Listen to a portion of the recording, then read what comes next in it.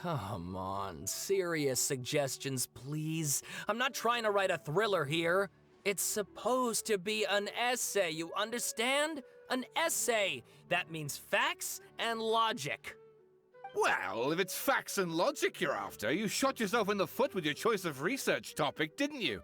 The Tatarasuna mystery. When so much remains unexplained, there's little to be objective about. Unless, of course, you restrict yourself to textual criticism. Yeah, well, this is my teacher's area of research. I can't change that. But it's fascinating enough without having to sensationalize it, don't you think? The strange location, the missing details, a mysterious person. I want to write my essay on something interesting, and I'm interested in getting to the bottom of all this. That's the only reason I came to you. Yes, you came to me, so all the more reason to take my advice. The fact is, it's the dramatization that will make people want to read it. There's no getting around that. Okay, but...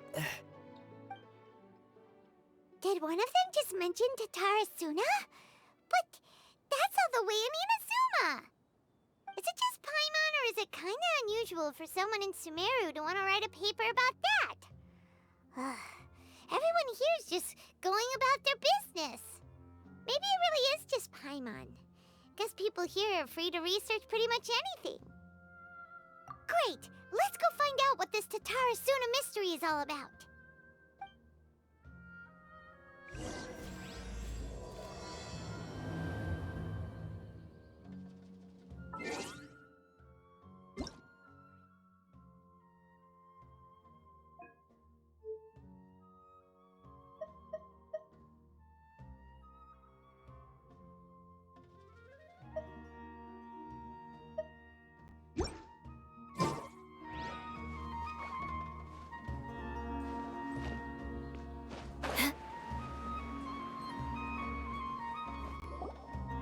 Alright, I guess I'll go with my textual criticism and your editorial direction for the first draft. I have a feeling that the missing Kabuki Mono will end up being the main focus of this paper. Ugh, if only we knew where to find that traveler. From what they say about him, this seems like the kind of thing he'd know about.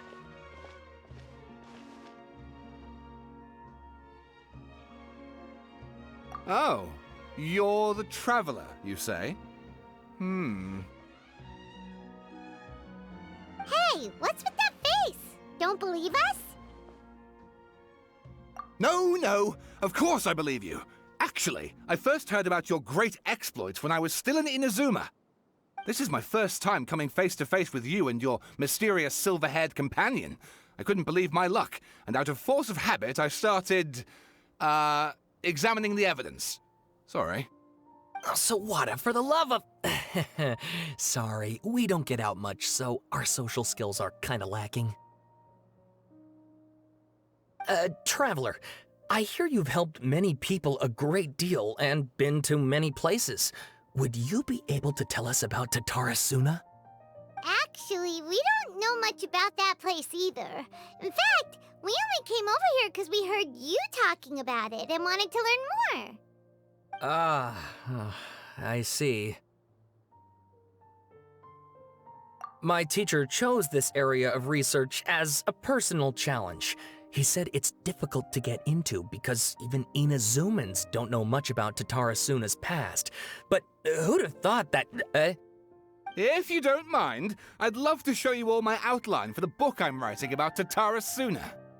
Hold on, Sawada. Don't you think that's a bit of a deep dive or a first read?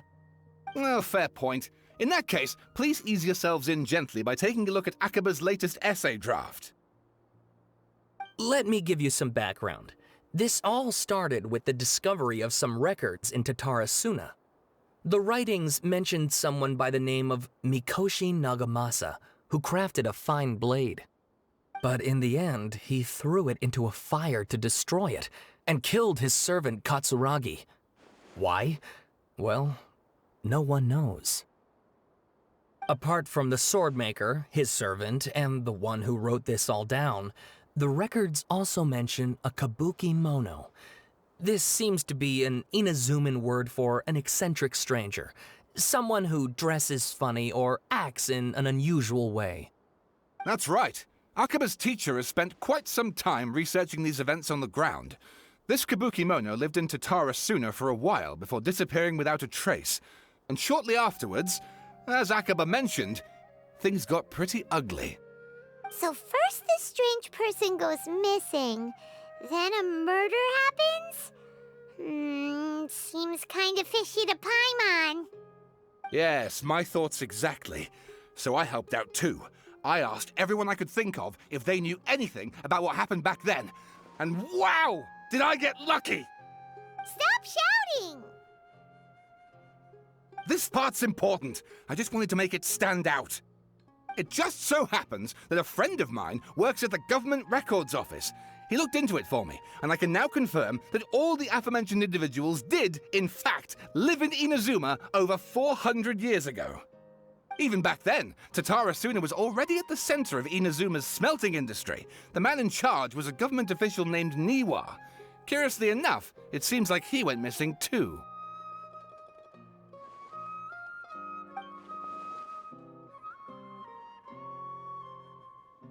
Wait, so there are 2 missing people in the story now? That's right! What's more, Niwa is a name with a lot of history to it. Have you ever heard of the great swordsmith clans of Inazuma? Oh, the swordsmiths? Yeah, like Ishin art and so on? Wow, yes. You really know your stuff. That makes things easier. So basically, this Niwa was a distant relative of the Kaidahara clan, the last practitioners of Ishin art. Something then seems to have happened in the Kaidahara clan, leading to their downfall. I don't know the details, but taken in light of everything else going on around that time, it makes you wonder whether it's all connected somehow. The Kaidahara clan? Sawada, you left out the biggest detail of all. Oh, yes, of course. How could I forget? Brace your minds, ladies and gents, for they are about to be blown. Or maybe you won't believe your ears. I wouldn't blame you, of course, because in all my years as a writer, this is by far the most. Get to the point, for Pete's sake. According to information acquired by Akaba's teacher, the Kabukimono was not a human, but a puppet. A puppet?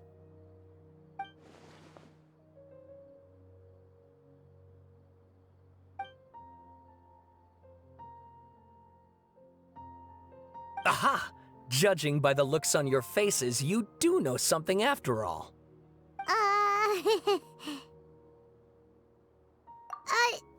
No, Paimon just meant, how creepy. The way you described it makes it sound like a ghost story. I agree, it does. But considering that non-human races in Inazuma are by no means uncommon, spooky events are to be expected. And that's exactly what my book is about. Please, take a look.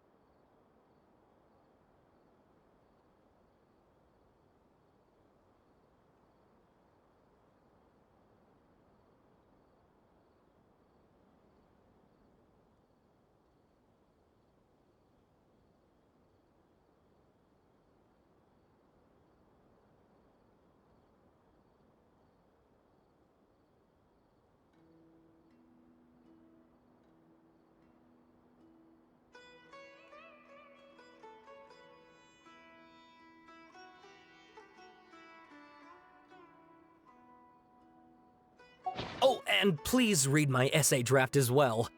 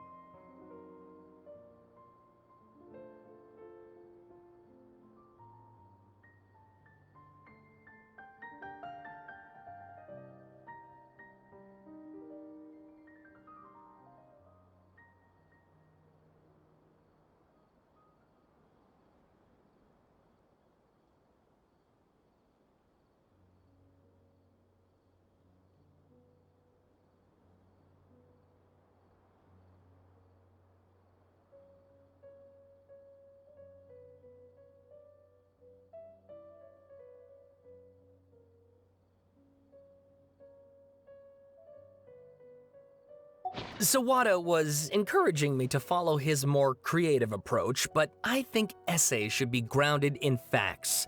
I don't think explaining everything away with mysterious forces will cut it. Oh, how about if I plug the holes in Sawada's narrative with political intrigue? Like, I could put a turf war between rival factions at the center of the whole series of events. Wait, you're allowed to just make stuff up? Pretty sure you've gone from essay to guessay there. Akaba, look. Your teacher has researched this extensively. I've reached out to everyone I could think of. Whatever information we have now is all that there is to know. This is as much detail as you're ever going to get. Besides, if there really was a political power struggle going on at anything like the level you seem to be suggesting, what hope would we ever have of finding out the truth? Good point. Okay, back to the drawing board, I guess. Give me some time. I need to find a new angle on this. We have some other stuff to do, so we'll have to say goodbye for now. Good luck with your essay! All right, thank you. If you find out any more info about all this, please do let me know. Thanks so much.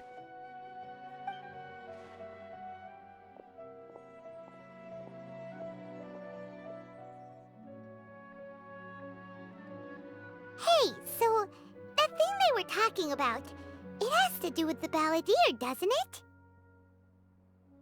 Okay, then, even if we did know something about it, we probably couldn't share it with them, huh? After all, we kicked his butt and got him locked up. Information about people like that is usually super confidential, isn't it? If you ask Paimon, Akaba should just pick a different topic. There must be as many essay topics as there are trees in the forest. There's no point in...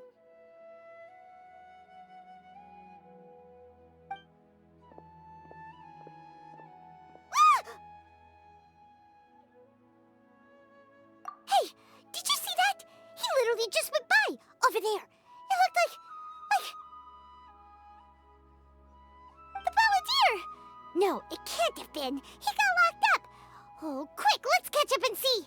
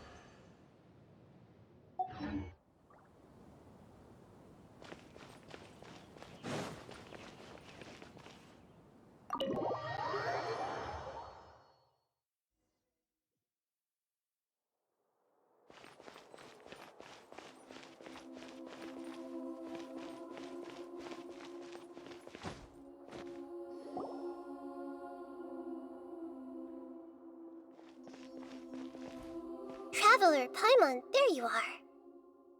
Nahida! Bad news. We just saw the balladeer strolling around in public. Did he escape or... Ah! It's him!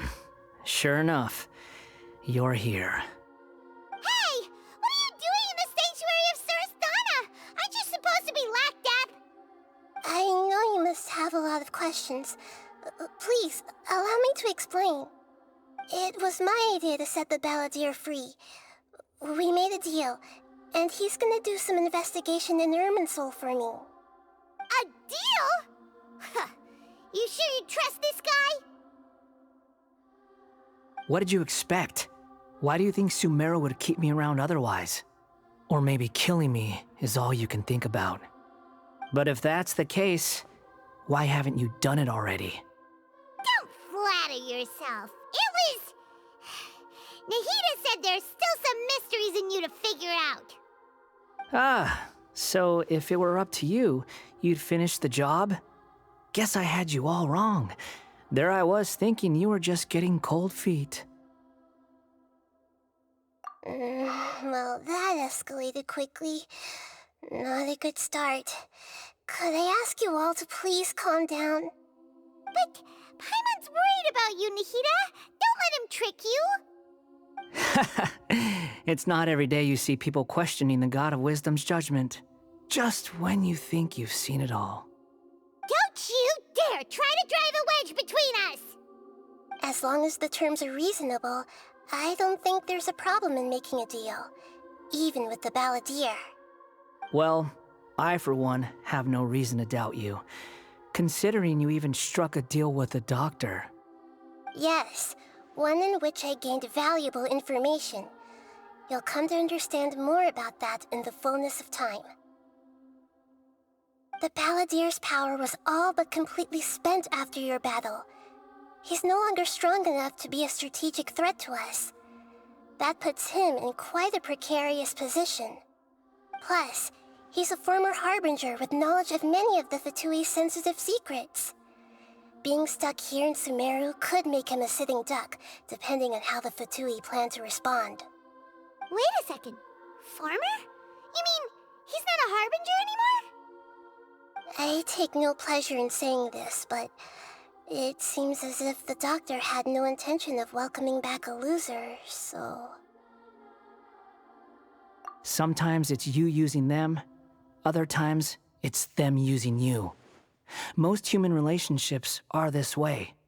Certainly all the stable ones are. That's how it was between me and the Fatui, and also between each of the Harbingers. So as long as you have some value to offer, nobody will ever abandon you.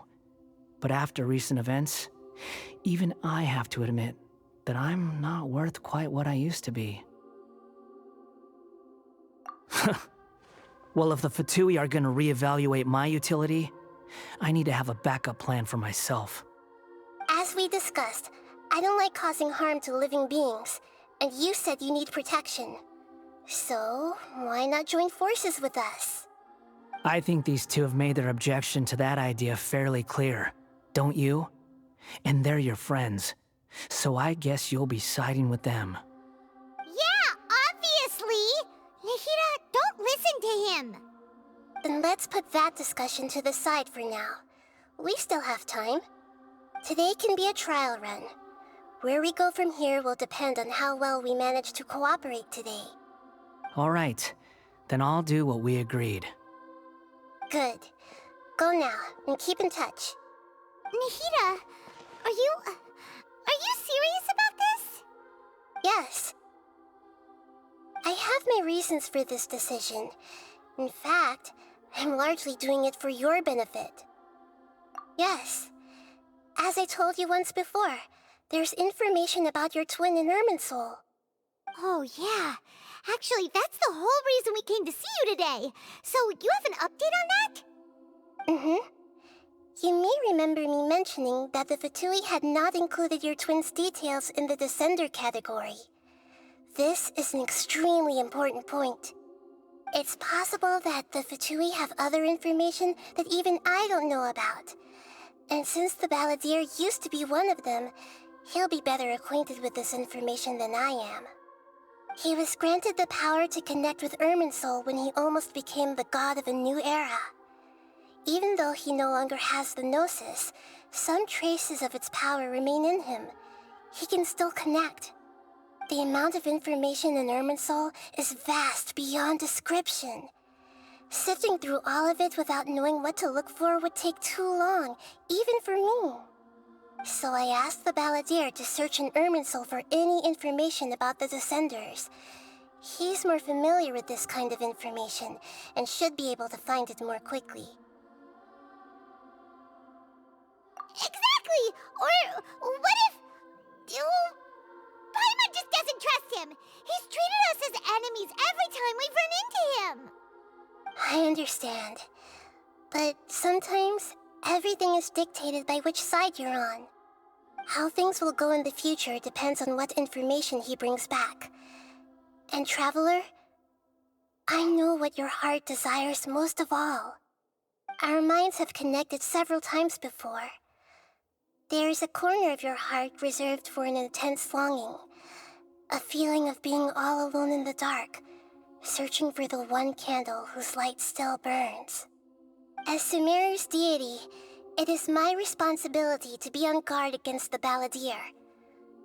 But as someone who counts you as a friend, I want to do something for you. If this deal with the Balladeer can give you the answers you've been longing to find, then it's worth it. It's my pleasure, really. You're Sumeru's hero. You've more than earned it. Paimon's still worried about this idea. Is there anything we can do to help? I was going to contact you about that, but then you suddenly showed up on your own accord. Seems like we have a telepathic connection. In fact, I was going to ask you to supervise the Balladeer on my behalf while he carries out the task I assigned. Even though he only has a fraction of his full power left, that's still a fraction of a former Harbinger. If you could accompany him, it would put my mind at ease. Of course, I'll be there to help guide you through Irminsul from the outside.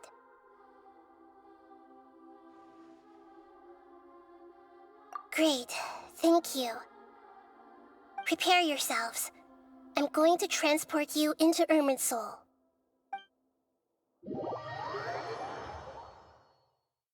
Wow, it looks pretty different here compared to last time. The colors are gentler. Guess that must be because Sumeru's at peace now.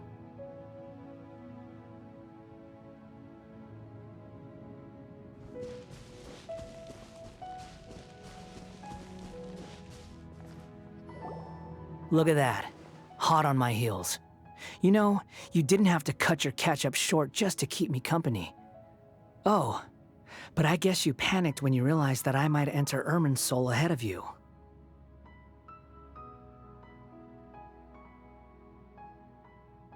Shut your beak, jailbird! No way a prisoner gets to be so smug! I understand that prisoners have to put up with harassment from the guards, but right now, I'm on temporary release, so maybe you should think about backing off a little. Sounds like a successful rendezvous. I need to be quite clear about something. In a few moments, you'll be entering into the innermost region of Irminsul. It is an environment like no other, and the most important place in all of Sumeru. Unlike anywhere else, Irminsul's inner region consists exclusively of torrents of information. You must put aside your differences and be extremely careful as you navigate your way through. I know there are many grievances between you on both sides, but it is essential that you remain calm after entry. This is as much for your own safety as anything else. Fine, let's call it truce. But only until this mission's over. Let's cut each other a little slack, shall we? We are going to be traveling together after all. Per my agreement with Lesser Lord Kusanali, I'll be at the front. It's my job to lead the way and get rid of any obstacles in our path. All you have to do is keep your pretty eyes open and try not to fall behind. You sure are confident. Paimon will give you that. You make it sound like you're even more experienced at adventuring than us. If there are no further objections, I suggest we get going. Or did you need some time to mentally prepare yourselves? Ew! Ugh, the snark on this guy, it's unbearable. We can start now. Irminsul access granted. Initiating connection procedure. Is this a small sapling? Oh, darn it! Come on, let's catch up with him.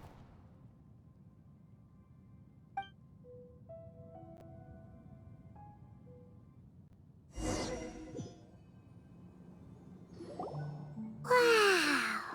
So this is the inside of Irminsul. Ooh. Paimon's never seen anything like this. And it feels like a sacred place. Irminsul is closely intertwined with the entirety of Tevat. Every bit of information flowing here means something. Pick your jaws up off the floor. It's time to go. Why is it that Paimon just wants to do the opposite of everything he says? Lesser Lord Kusanali, we will now proceed to the heart of Irminsul. Can you still sense where the heart of Irminsul is? Yes. Permission to begin searching for information there? Permission granted. Go ahead. Let's go. Stay close. Don't go running off. Hey, so, say we did go running off in here. What would happen? What are you smirking at? I was just imagining the look on your travel companion's face if you went and got lost. Anything's possible in here. You can't rule anything out. So if you want to stay safe, your best option is to stick close to me.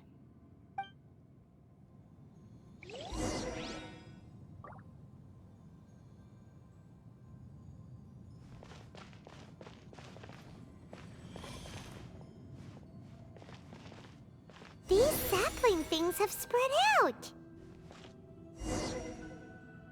Those are all packets of information from inside Irminsul. Be careful not to touch them.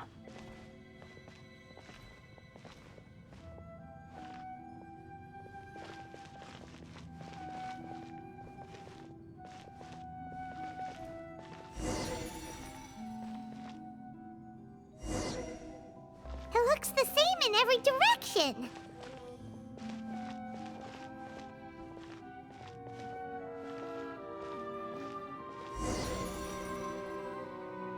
No wonder he mentioned about getting lost. Huh. What do you know? He was actually telling the truth. Is he mocking me again? What is it this time? There's a time and a place to lie, but this definitely isn't it. So why don't you relax your guard a little?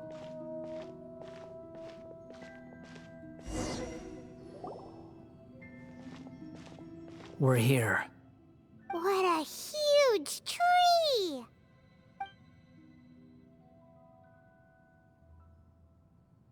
Lesser Lord Kusanali. Good, you made it. Are you ready? Ready when you are. Then please begin. Preparing to access cognitive currents. Establishing waypoint. The Balladeer's actually doing what Nahida tells him. Guess he must want to stay alive.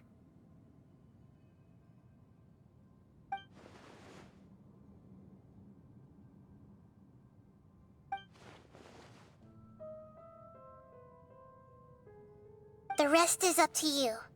If you discover anything at all, make sure to share it with us. Will do.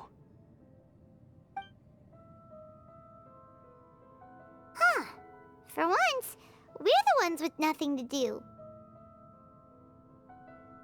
Traveler, Paimon, would you like to talk?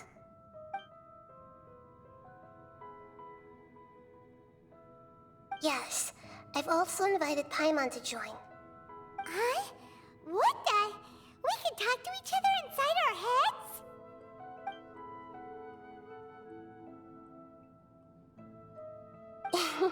That's part of it. Plus, we're all friends. There's nothing wrong with us talking like this once in a while. Paimon's never tried this before. This is great! So, Paimon's been wanting to ask you something. Don't you think the Balladeer's a bit of a walking contradiction? He's always talking back, but he seems to listen to what you say.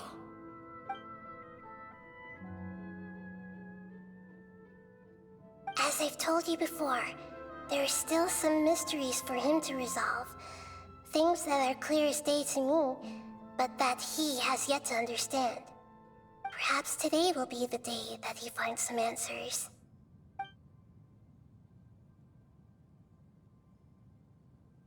Well done. Smart and attentive as always.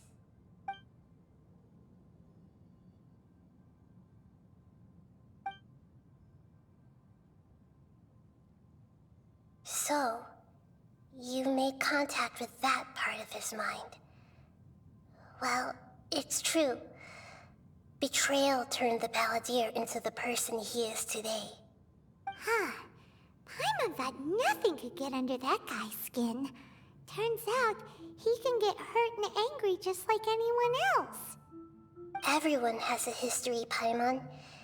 Even if you're a puppet created by the Electro Archon.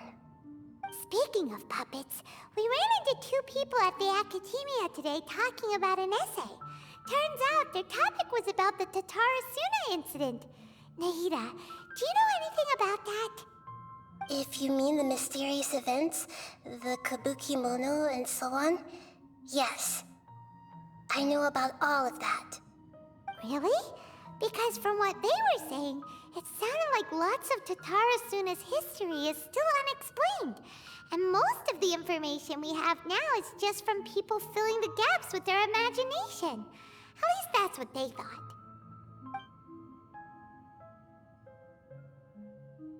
Oh? How interesting. Those two managed to deduce quite a lot through guesswork alone. So the Gese got it right? Well, they guessed right about one thing. Tatara Suna was sabotaged. Must be a riveting conversation you three are having. Funny how all the good ones happen when I'm not involved. What makes you think we're talking to each other? Don't insult me. You're having a private conversation without me. Obviously, I must be the topic of said conversation. Of course you do. You can't have your prisoner knowing too much. So, have you found anything yet? Still looking. Don't get your hopes up, though. You and your twin come from outside this world. It wouldn't surprise me if there was nothing on either of you in Irminsul at all. Wait, how did you know about that? Did Nahida tell you? It's not like we've never met before. And anyway, you're world famous. It'd be more surprising if I didn't know a few things about you.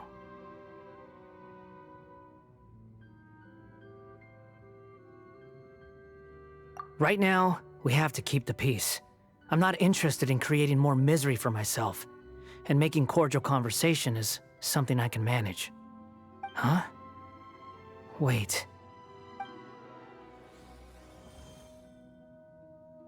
This light, it looks similar to those saplings. What could it be? Anonymous data.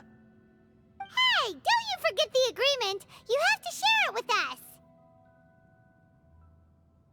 Shh. Just wait. Mr. Niwa, are you certain this is worth the risk? We are talking about Tatara Suna's furnace, after all. It may not pay to act rashly. There's no one else who can enter the furnace. It has to be me. Is that so? Well, since you insist. It's...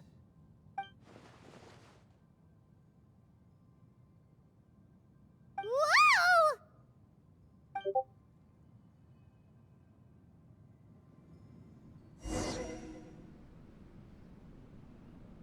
I have been in Tatara Suna for some time now.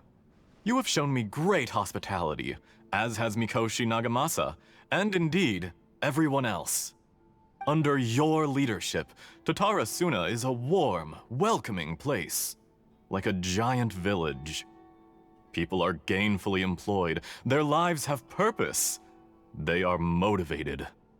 As I understand, the Raiden Shogun has, in recent years, eliminated much of the evil that plagued Inazuma. As for Tatara Suna, it was originally established as a means of safely disposing crystal marrow. The forging industry with crystal marrow as a raw material has since flourished, giving rise to generations of swordsmiths. Some world-renowned, others unknown, all passing on their legacy. Skills, blood, dreams. Every smith brought into this trade looks to find their purpose between steel and blade. That is why you accepted the proposal brought to you by myself and Akame. Yes, well, were it not for you coming to Inazuma and happening to make Akame's acquaintance, the two of you never would have joined forces. And he would be the first to admit that there's no way he could have revolutionized our forging process like this on his own. At least not on the same timescale. You allowed Akame to take all the credit for a method that you jointly developed. He sold it to me, and now every piece of ore here is smelted using the new technique. Even now, you remain one of Tatara Suna's key consultants, working right here alongside us. I believe it is you, sir, who are truly responsible for the changes in our manufacturing and forging methods. You flatter me.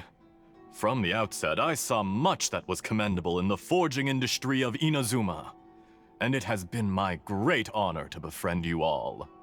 So you say, Escher. But is this really the truth? My good sir, what do you mean? I tried to resist thinking it was all connected, because I didn't want to speculate, and I didn't want to believe that things could turn out this way. What have we gained from adopting your new technology? Ominous black smoke? Mounting production problems? Worker fatigue and casualties are up and continuing to rise at an alarming rate. And recently, as you well know, someone died because of that strange filth inside the furnace. We've kept the truth from spreading outside, but still, I suspect you understand it better than I do. None of the people who went out to get help have come back.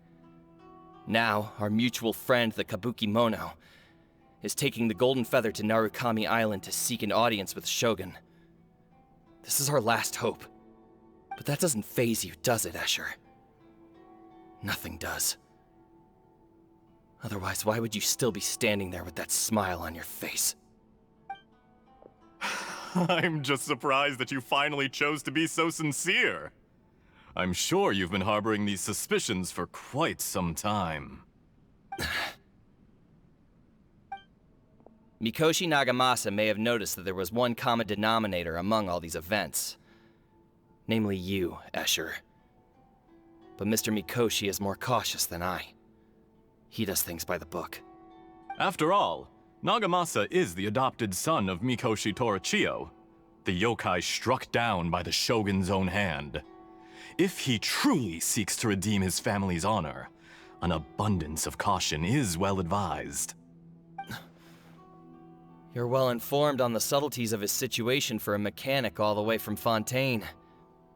Are you sure you're not a little overqualified? Why, Mr. Niwa, are you suggesting I find a job as a diplomat? Sadly, I am so very attached to my craft. Enough, Escher. I'm here because an evil force is raging inside the furnace. And someone needs to take your new device inside the high-risk zone so we can absorb it and put an end to the problem. I'm in charge here. And I'm about to take some responsibility and head inside. Probably to my death. But what about you? What are you still doing here? Judging from the look in your eyes, you don't seem to trust me. Drop the act! We're past that now. Whoever you are, it looks like your plan to destroy Tatarasuna has worked. I just want to know what you're still doing here. What's left? Don't you have all your answers by now? Honestly, I'm just waiting for the right moment. A moment like this, where you finish talking and I stop you from entering the furnace. You...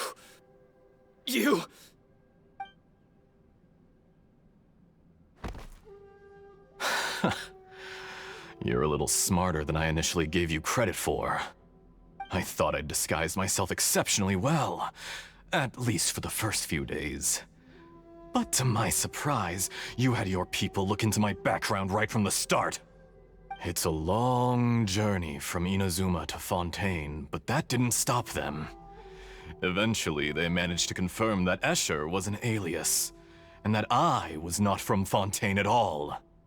And yet, despite all of that, you still fail to realize my true identity, and what I seek in Tatarasuna. Did you really think you would be able to see through my plan? If you kill me, there's no one who can get inside the furnace. So you're really going to destroy this place? Is that it? Oh, but you're quite wrong. There is one other person. Some may not see him as a person, but you told him yourself. You're not a puppet. You're a human. You're just missing a heart.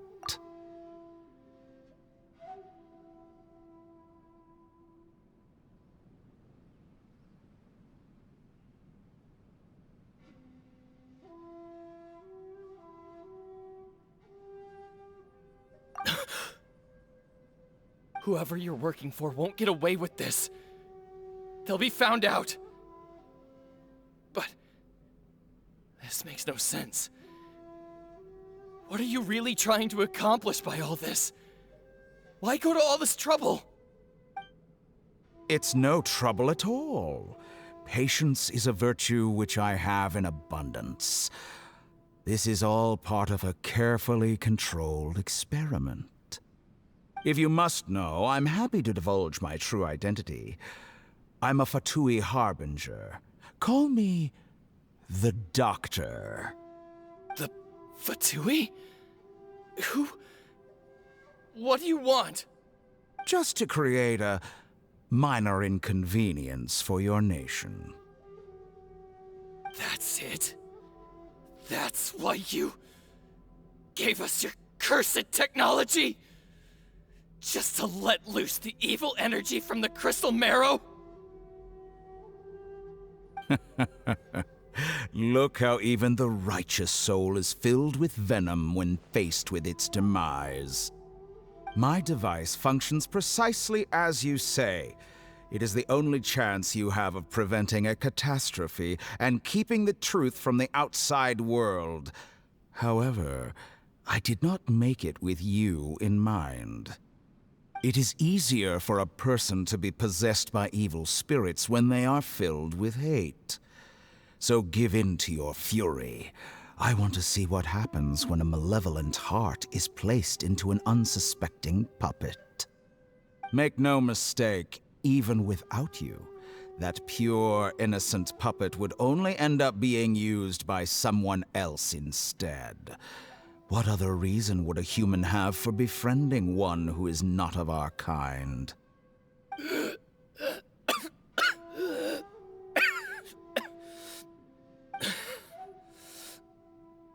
If you give him my heart, tell him that both Nagamasa and I see him as one of us. He has nothing to prove to anyone. Because not everyone just wants to use other people. The only ones who think like that are people like you. What a beautiful way to see the world. It almost makes me feel a little guilty. Then out of respect for you, I shall redefine myself. Think of me as a monster or a demon, if you wish. At least this way your death is not a consequence of your own folly turning you into an easy target. You simply lost to something more powerful than you could ever hope to defeat. I say, Mr. Niwa, let's see what happens. Will your puppet friend become a human? No, that will prove quite impossible. Mr. Niwa? Already dead. What a pity.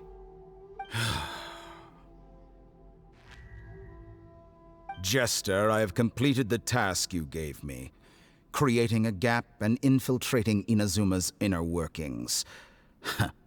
What fun it was. I'd like to introduce a puppet to you. If he proves useful, let's make him our newest comrade. And if not, let's turn him to dust.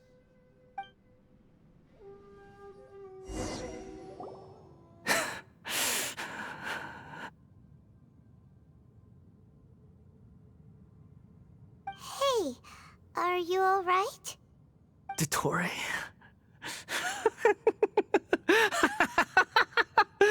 Dottore!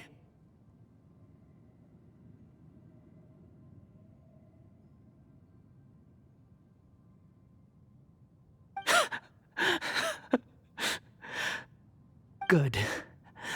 Good. Was that the doctor? Did he turn into a mechanic from Fontaine? But why did we see things from his perspective?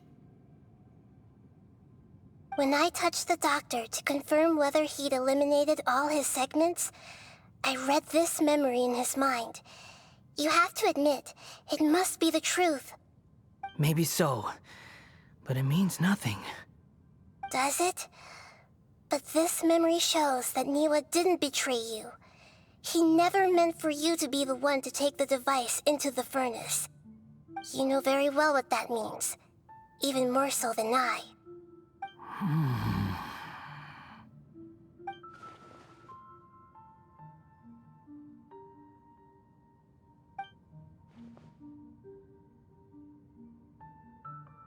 Let's give him some space. He looks really mad. Paimon doesn't want to be anywhere near him right now. We need to give him some time to process his emotions. Paimon's still confused about the Tatarasuna incident. So, the doctor was behind it, but why has that gotten him so worked up? Nobody has ever deceived you like that, Paimon. It's natural that you find it difficult to understand. Perhaps he needed to learn this someday. So now you have the complete picture. Katsuragi took the Kabukimono to live with the people of Tatarasuna. Later, the doctor showed up, disguised as a mechanic from Fontaine. And that's when the trouble began. It was all a horrific experiment planned by the doctor. Everything he did was just to plant seeds of disaster in Inazuma that would bear fruit in the future. Of all the unwitting participants in the doctor's experiment, the balladeer became the main test subject. After the events you just saw in that memory, the doctor put Niwa's heart into the device and handed it to the balladeer. Then, he instructed him to enter the furnace and absorb all the filth caused by the smelting process. The load was far beyond what he expected, but the balladeer survived. He left the furnace in sheer exhaustion and said to the mechanic, "This device seems to have protected me. What's in it?" The mechanic answered, "Niwa fled this place for fear of punishment, but he left you a gift. He said it's the one thing that you've been looking for." He took it straight from the chest of one of his innocent servants. The mechanic removed the withered heart from the device as he spoke. The balladeer was stunned that such unthinkable cruelty had brought him the thing he'd been longing for his entire life. A heart acquired through cold-blooded murder is a cursed thing, but it had protected him from the filth.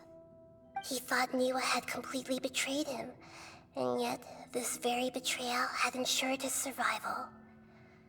Overwhelmed with anger and sorrow, the balladeer threw the heart to the ground and left Tatarasuna without looking back.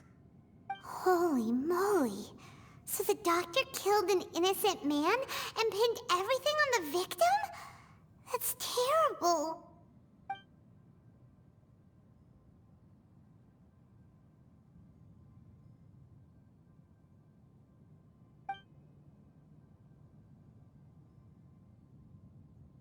Yes. Only if he understands this can he choose a new path forward. Tottori, you brazen-faced... Niwa didn't run from justice. You killed him.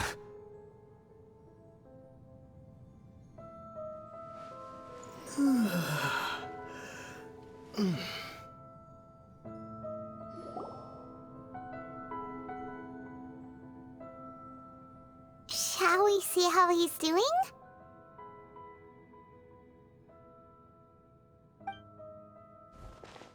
Hey, you alright? That's a scary expression. Are you worried about me? If we didn't have such a history, I'd almost think that qualifies me to be your friend. It won't. I'll keep my end of the deal. Hey, are you investigating the stuff we want to know about? That's why we're here. But unfortunately, there's no information about the Descenders in Irminsul. Even if you can't find anything, that seems to confirm it. Irminsul does not keep records on the Descenders. Anyone who comes from beyond this world is not counted as part of Teyvat. Oh, does that mean we have to leave empty-handed?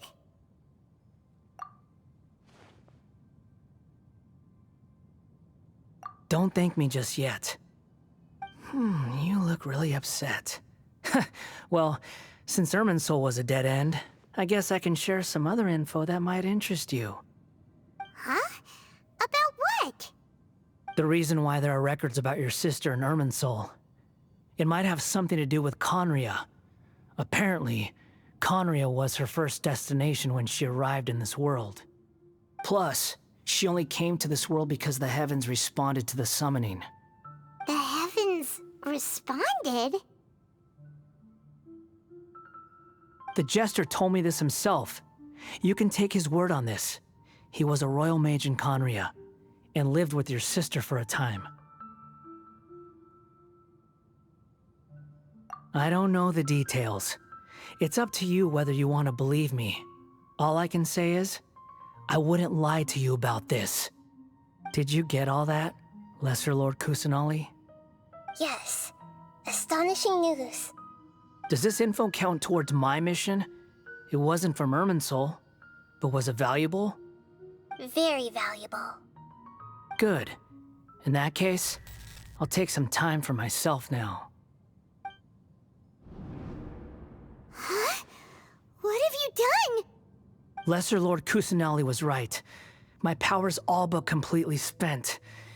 Even if I use all of the divine power left in me, I can't sustain this shield for very long. I shared a secret with you, and now you owe me. So in return, I'd like you to answer a question for me. Give me your hand.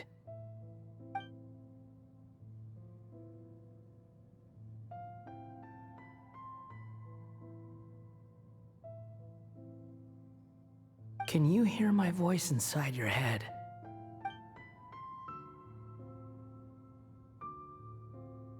No, I can't do anything like that anymore. At most, all I can do is exchange a few words with you. So tell me, in this world, is it possible to change the past?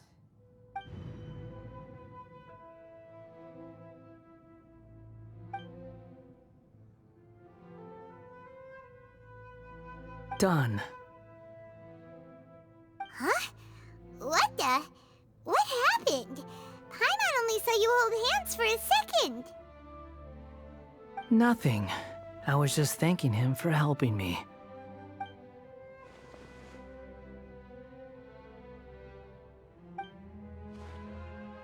So long. I suggest you get yourselves out of here quickly. Where are you going? Hey, wait up! Didn't you say not to go running off?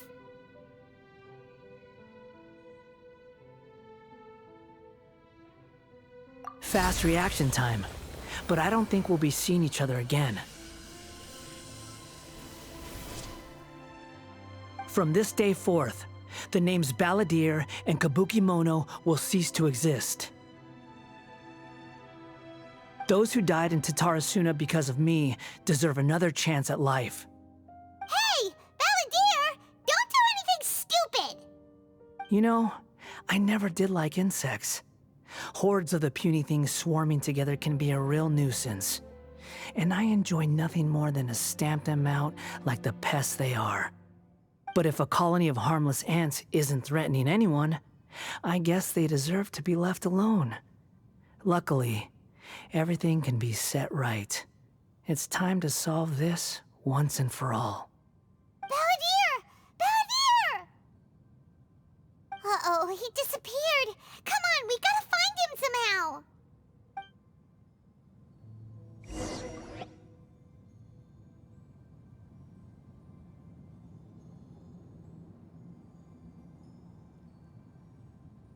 Oh no, he's really gone. Oh, can you hear me? Nahida! Traveler, Paimon, Balladeer, what happened just now? I was suddenly cut off by some kind of power. It was the Balladeer's fault. He shut you out.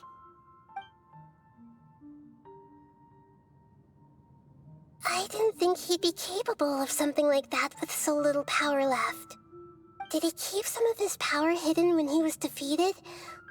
Or did he achieve something beyond his abilities, and it took everything he had? Where the heck did he go?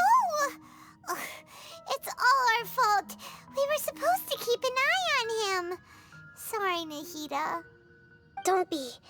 It's not your fault.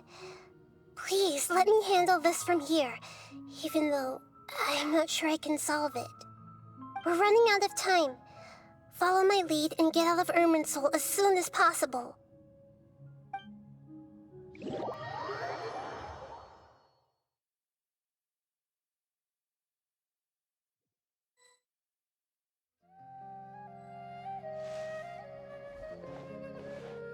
We're out!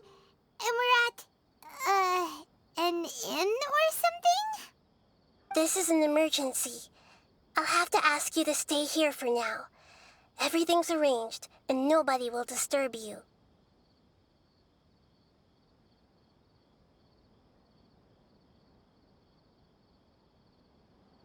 I'm sorry, but this isn't something I need your help with. Leave this one to me. An emergency? How bad is it? Nahida, will you be okay? Don't worry. If my assessment is correct, though there may be some minor disturbances, it won't lead to a disaster. Please rest and recover your strength here until I say it's safe. Her voice has gone. Paimon can't shake the feeling that something really big has happened. What do you think the balladeer meant? And why did he suddenly grab onto you before?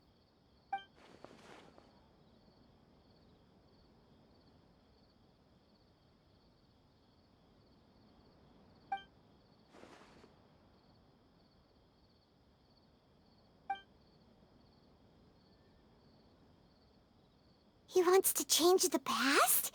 But surely that's impossible! Right! You can't just rewrite history! All that stuff happened already in real life! It's like, imagine Paimon drank all the water in this inn. Even if no one was there to see it, Paimon would sure as heck remember drinking it. So, why does Paimon still have a bad feeling about this? Paimon can't help but feel scared about what he might do. Oh, Paimon's so confused. Huh? Ah! Sorry, Paimon accidentally... It's the balladeer's fault for causing Paimon all this mental stress. But erasing yourself from history? It's unthinkable. Is that really possible in Irminsul? Uh-oh. Paimon's head is overheating from trying to understand what he's up to. And it's still not working. Ugh! Paimon's had it with that little brat. He's been nothing but trouble ever since we met him. There's no way he'll actually succeed, right? Otherwise, won't everyone who's connected to him be affected too?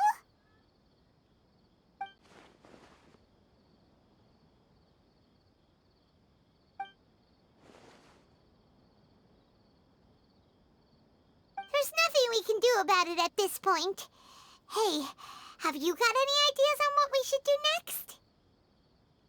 Seems like now there's nothing left for us to do but to go to sleep. But Paimon's still so worried. Paimon won't be able to sleep a wink tonight. So, how about, we list all our favorite foods to take our mind off things? Heck, if that doesn't work, Paimon's probably gonna collapse of anxiety here. Alright, Paimon will start. First dish. Munstack grilled fish. Oh, and chicken mushroom skewers. Tea break pancakes, cream stew, sauteed matsutake, and Dragon chili chicken, almond tofu, satisfying salad.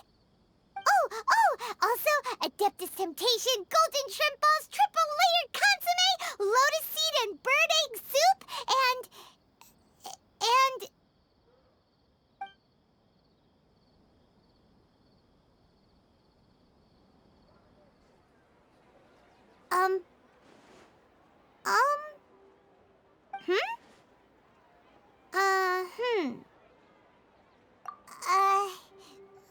What do we...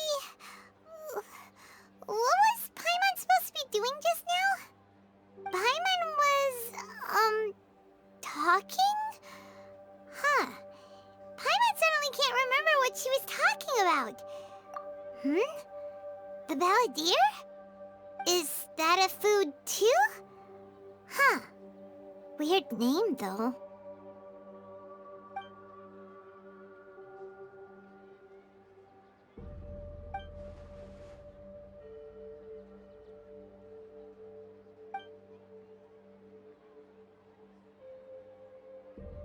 What's wrong? Your eyes are like saucers. Was it something Paimon said? So, the balladeer.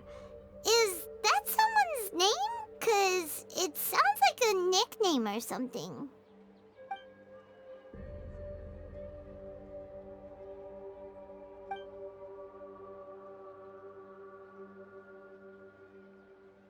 Okay, sure. Where are we going?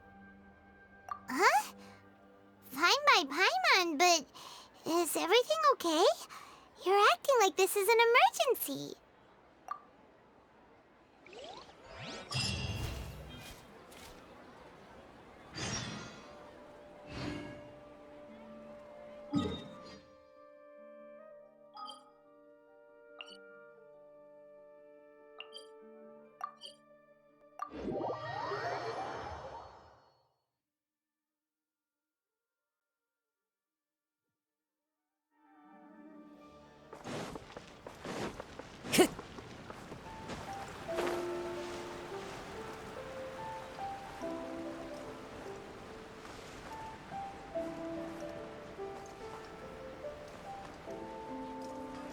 Time to go. We've made it to Amenoma Smithy. Ah, it's been a while. Of course. Go ahead. Oh. Now there's a question I wasn't expecting. Very well. I'll tell you what I know once more. The once renowned Raiden Gokuden, comprised of 5 branches. Amenoma, Futsu, Ishin, Hyakume, and Senju. The art of forging practiced by these 5 clans was first taught to them personally by the almighty Shogun. Over time, the 5 branches diverged from one another as generations of bladesmiths honed and perfected their craft until they became 5 distinct traditions. Most of the great swordsmith clans of old have since fallen into decline, and for a long time, only the Amenoma branch kept its art alive. But fortunately, Kaedehara Kazuha recently returned to Inazuma and took up the mantle of the Ishin art. Now, 2 clans remain of the original Gokuden 5. If my memory serves me right, you yourself were present when he forged the Ishin blade. Oh, yeah, we were! Paimon remembers that now. We learned a bit about the decline of the Raiden Gokuden then, too. It seems like such a shame. That, my friends, is a tragic tale indeed. In fact, this was not made known to me for most of my life. All these years, I knew of those great clans' demise, but never the cause. Only recently, when the question was on my mind, did I ask Kaedehara Kazuha about this. He told me that, as we are both heirs to a branch of the Raiden Gokuden, it was right that I should know the truth. There is no harm in telling you, but I must warn you. It is a dark and sorrowful tale. The Raiden Gokuden were the targets of a murderous rampage by a vengeful bladesmith. Vengeful? Why? 400 years ago, So I'm told, there was a catastrophic malfunction in Tatarasuna's furnace. One brave swordsmith heard the commotion and chose not to flee, but he rushed to the scene, hoping to prevent a disaster. Tatarasuna was home to a state-of-the-art forging and smelting operation in that day, and overseeing it was the armory officer. His surname was Niwa, though he had family ties to the Kaedehara clan. Knowing that they had just one chance to save countless lives, Mr. Niwa and the swordsmith leaped together into the furnace. The furnace quickly stabilized, but neither of them made it out. The smith's death, though heroic, dealt a devastating blow to his family's fortunes. His orphaned son was left to fend for himself, and grew up deeply resentful at the world. In his heart, the whole of Inazuma was culpable in his tragedy. He hated the almighty shogun for her apparent indifference towards his father's death, and he hated everyone who had done nothing to try and save him. Powerless and destitute, the only legacy he had to pass on to his children was his hatred.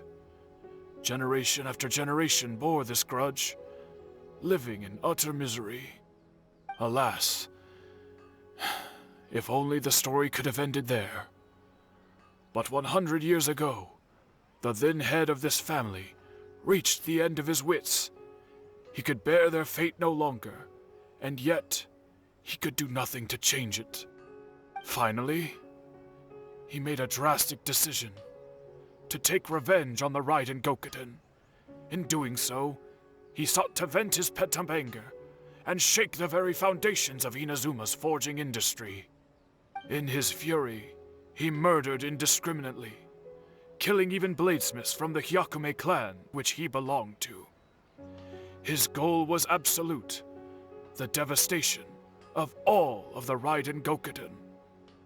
But when he came to the Kaedehara and Kamisato clans, his killing spree came to an abrupt end. He failed to catch them unawares. They fought back fiercely, and they did not spare his life. That is why the Kaedehara clan and their Ishin art survived that day. I suppose they were the lucky ones, under the dire circumstances.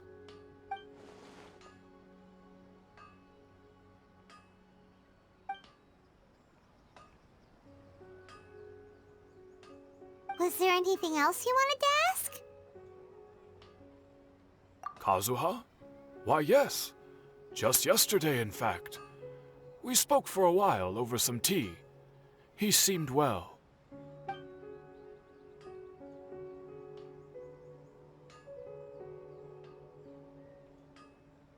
My pleasure. Don't tell Paimon. There are other places you want to visit too, right? Your expression says it all. You can't hide anything from Paimon. On to the next stop. Lead the way, traveler. Paimon will be right behind you. Okay.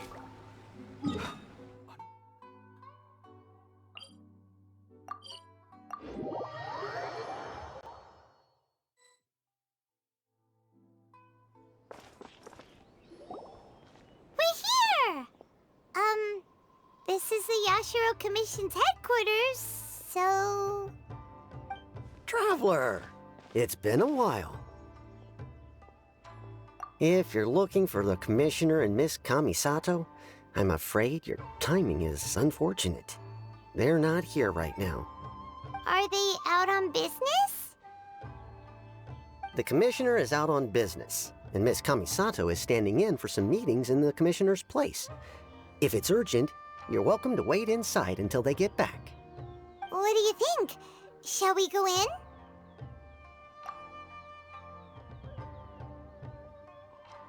If it were anyone else, I couldn't allow it. But seeing as you're so close with the Commissioner and Miss Kamisato, I think it should be okay. We'll be heading in then. Thanks!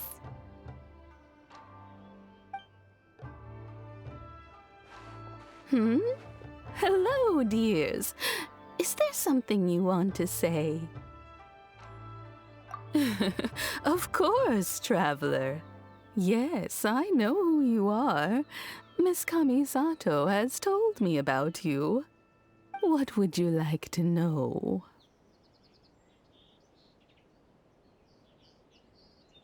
Oh, they're both very well indeed. Lately, Miss Kamisato has been rather busy attending all kinds of meetings and occasionally paying visits to some local organizations on the commissioner's behalf. As for the commissioner himself, well, you know, busy as ever. That much hasn't changed. Although he does seem to be in a rather good mood these days. So pretty much business as usual on the Yashiro Commission, huh? Very much so.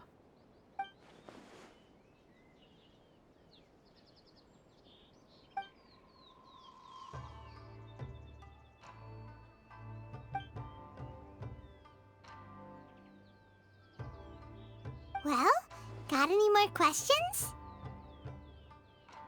You're very welcome. In fact, I would love nothing more than for you to come and visit more often.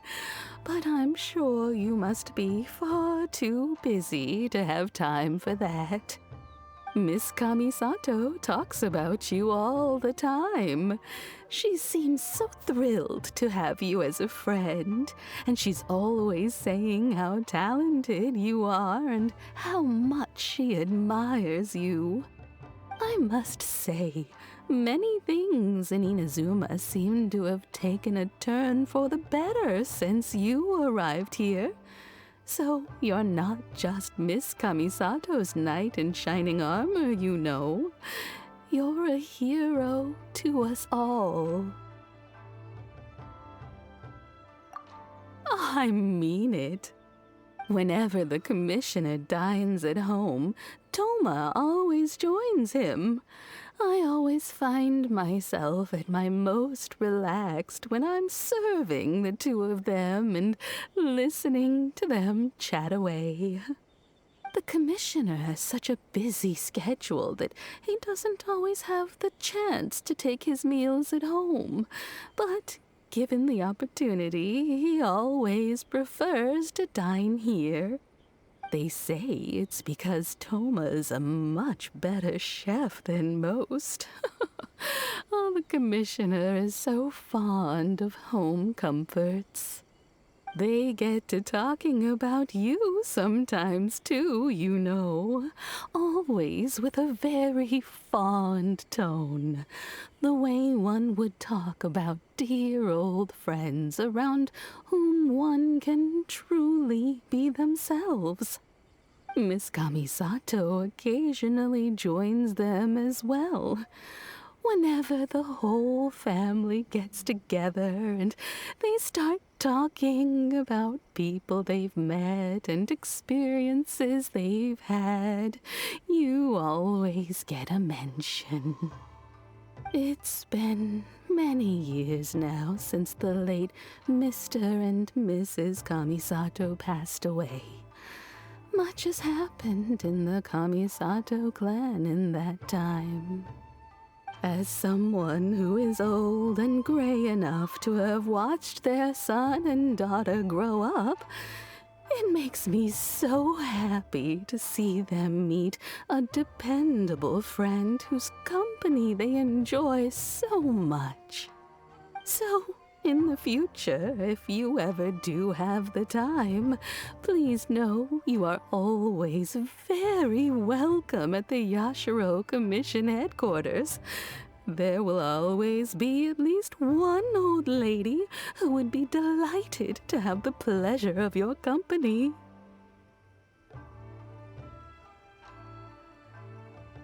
Wonderful. Thank you. Paimon likes it here too! Also, you were saying something about the food here being really great. Paimon's itching to try it. We may just have to invite ourselves around for dinner sometime. Paimon meant we should come pay a visit again real soon. Ideally around dinner time. Of course. You're always welcome. Alright, goodbye for now. Where are we going next? Great! Goodbye, ma'am! Don't worry, we'll see ourselves out. All right, then. Take care now. Hope to see you soon. Oh, are you two leaving already? Yep, everything's taken care of now. Don't worry. Very well. Safe travels. Goodbye.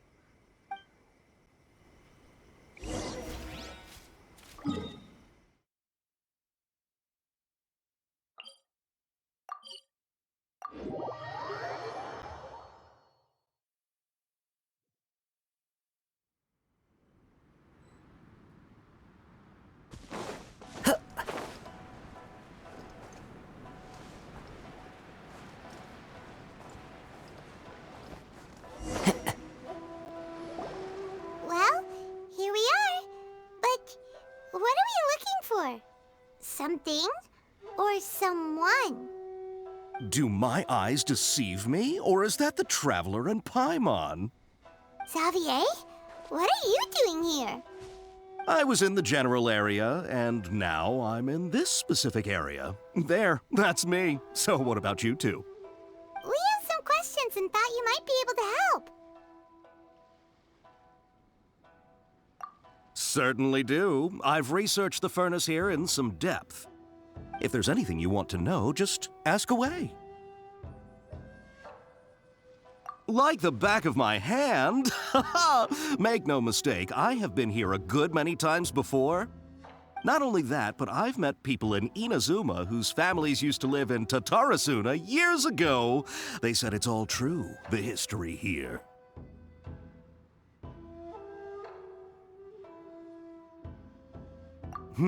Oh, well, it's a long story, don't you know? The tale of Tatarasuna starts a long time ago. I'm told that its history is one of the most foremost forging and smelting operations in the nation, goes back around 1,000 years.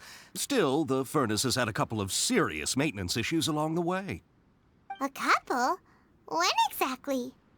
One was just in the last few years, the other was several hundred years ago. A fun fact, I'm not the first Fontaine tech guy to come and work on it either.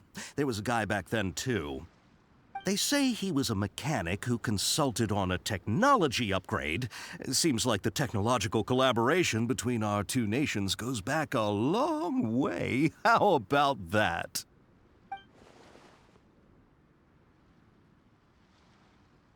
Hey, weren't you gonna ask Xavier something about Tatarasuna? Come on, ask already. Oh, I didn't realize you two were here for a history lesson. Me neither. Paimon doesn't know what's gotten into this one today. Feels like we've been preparing for a history exam or something. What brought this on? Did you just wake up today with a sudden burning desire for historical knowledge? Sure, go ahead. A kabuki mono? No, I can't say that I have. I do know the word, Inazuman for those eccentric types who always go around dressed to the nines. Just the sort of person that I'd like to meet, actually. But sadly, I've never had the pleasure, nor have I come across anything to do with a kabuki mono where Tatarasuna is concerned.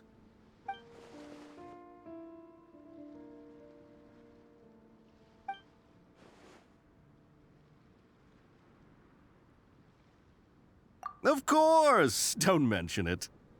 Oh, we're leaving? Okay, bye, Xavier. Oh, you're most welcome. More than happy to help. Farewell.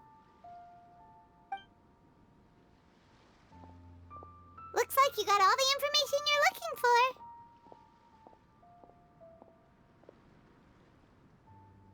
for. Sure, but what's up with you today?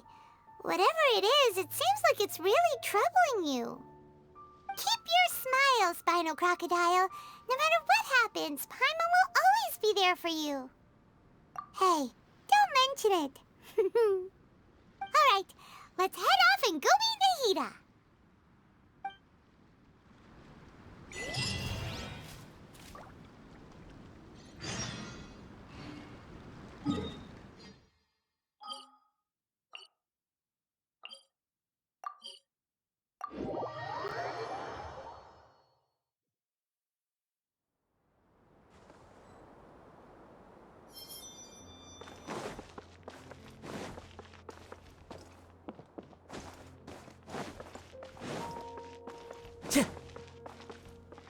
Time to go. Hey, it's them!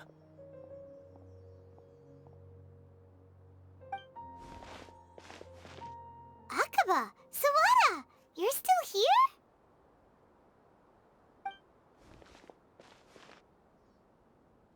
Indeed we are. If you have a moment, we'd love for you to join us once more. We have time. What do you want to talk to us about? It's the same topic we discussed last time. Obviously. Still looking for more info about Tatarasuna, huh? Should we join them?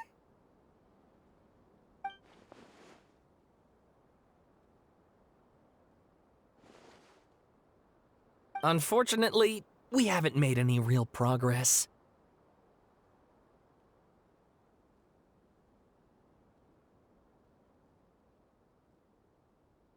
Huh? Oh, of course.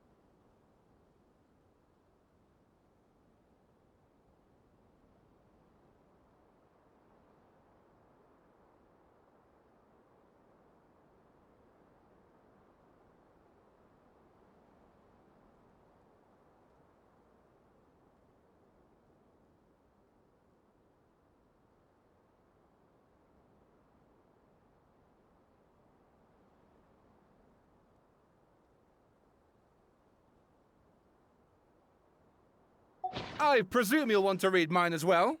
Here.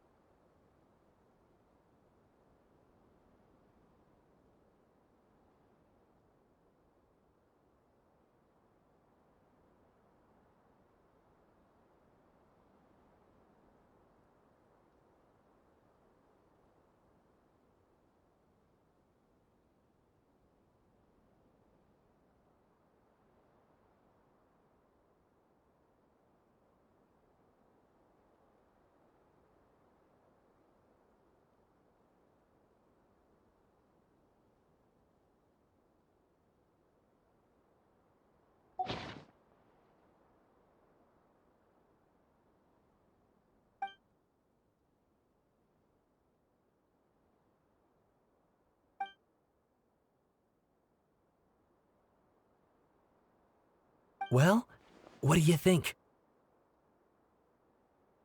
Hey, Traveler. Remember how last time Akaba was saying how he wished he could gather more information about all this? Well, we just got back from Inazuma. So how about we tell them what we learned? What did you find out? Something big? It's a long story. Basically, we have some friends in Inazuma, and...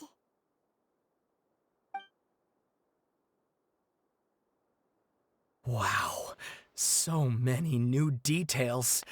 Thank you so much for sharing that with us. Well, well. So it all comes down to one man's desire for revenge. Huh. You heard this from a member of the Armanoma clan, you say? Then I guess it must be true. Ugh. So there's no ghost story here after all. This new information actually lends further credence to my hypothesis. Evidently, swordsmiths were seen as having an incredibly prestigious role in society those days, to the extent that harming them was conceived of, at least by the perpetrator, as a way of exacting revenge against those in power. Yes, okay, point taken, you were right. But that doesn't mean I can't carry on with my novel. And they're back at it. These guys are really into this. Oh, so sorry. Look at us, prattling on about our projects and ignoring you. Thank you so much for the information. You're welcome. See ya. Keep us in the loop if you find out anything else. Will do.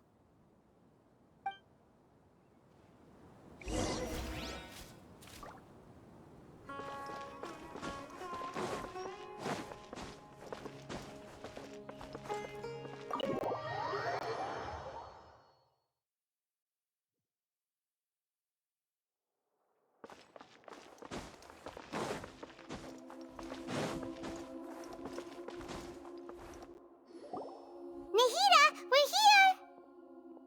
Traveler, Paimon, how have you been? Ugh, where to start? Paimon hasn't had a moment's rest this whole time. That night, we ended up chatting and chatting until suddenly the sun was up. And then he decided he wanted to go to Inazuma. The Balladeer? This sounds like some kind of code name.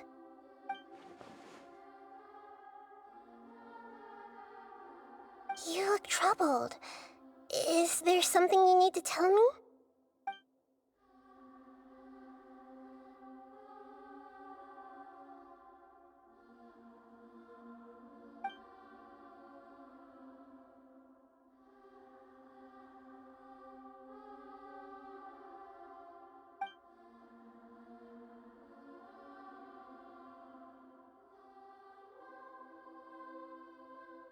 Traveler?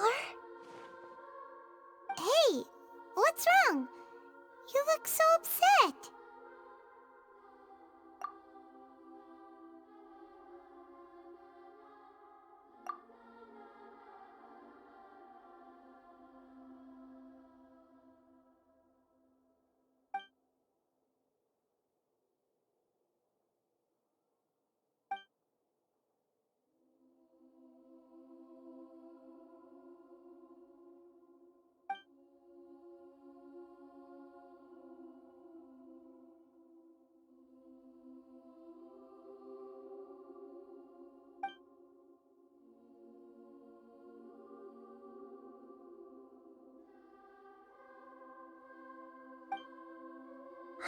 That's quite a story.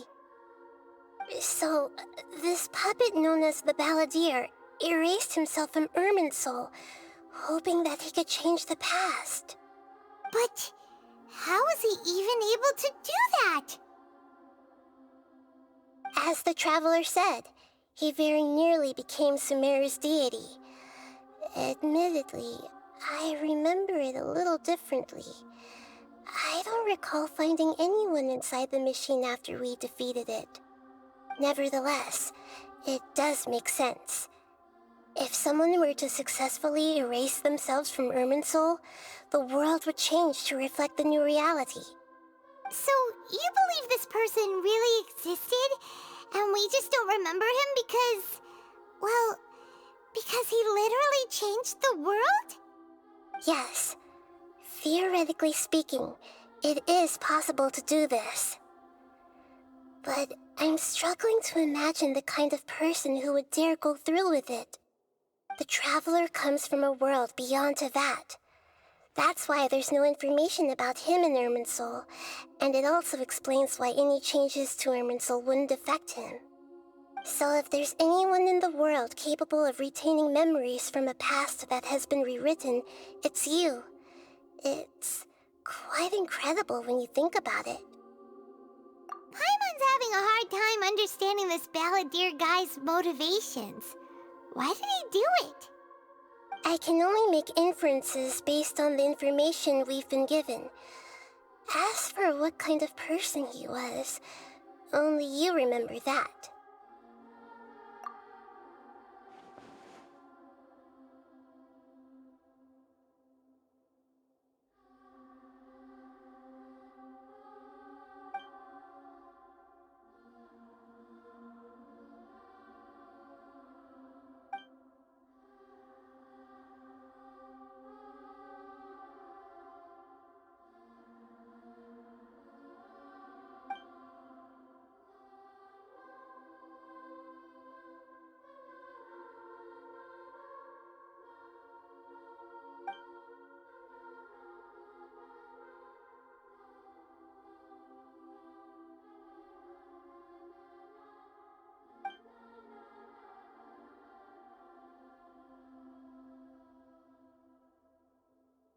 Something else worrying you? Something that you can't share?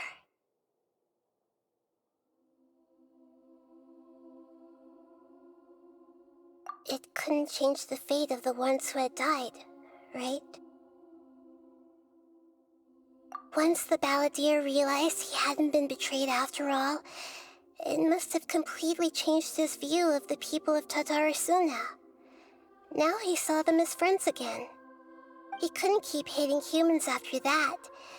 And if he thought there was a chance he could save his old friends, it would be hard not to try. The story makes sense, every part of it. The balladeer tried to achieve godhood with the doctor's help. He was unsuccessful, but retained the power to connect with Irminsul. That power then enabled him to change what was recorded in Irminsul and erase himself, even though he didn't have much strength left. Yeah, it does make sense, but it still ended in tragedy for his friends. It just feels so hopeless. He gave everything to do this, but it seems like he got nothing in return.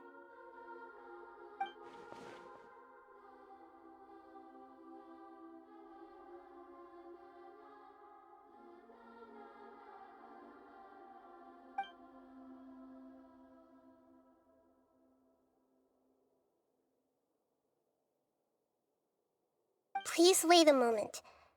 I want to check something. Found it. This should be the one. It turns out that I have a strange way of confirming everything he has told us. What is it? A record from a personal collection. It was tucked away in a corner. You should take a look.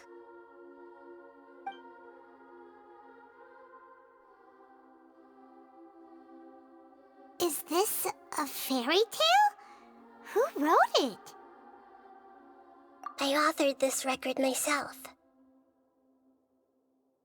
Huh? You wrote a fairy tale that somehow has something to do with the balladeer? When combined with the traveler's narrative, it's clear that this story is an allegory.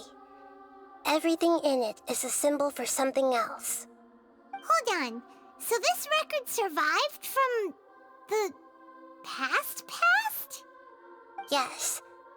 Any information about the balladeer or the kabuki mono in other records will have been changed. But I wrote this story in a way that means it was left intact. Changing the information in Irminsul changes to that. But Irminsul can't change information that was well hidden in advance. I guess I must have written this story as a backup before the balladeer entered Irminsul. That's incredible! What a great idea! And sending the traveler into Irminsul with the balladeer must have been a further precaution. I knew he'd remember everything. This story is abstract enough that it still resonates with the present information recorded in Irminsul. But if we connect all the different pieces together, the true story that emerges is the one he told us, the now erased life of the balladeer.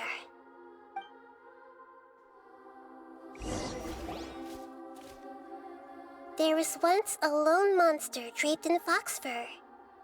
The monster found a family of foxes, joined them, and they became friends.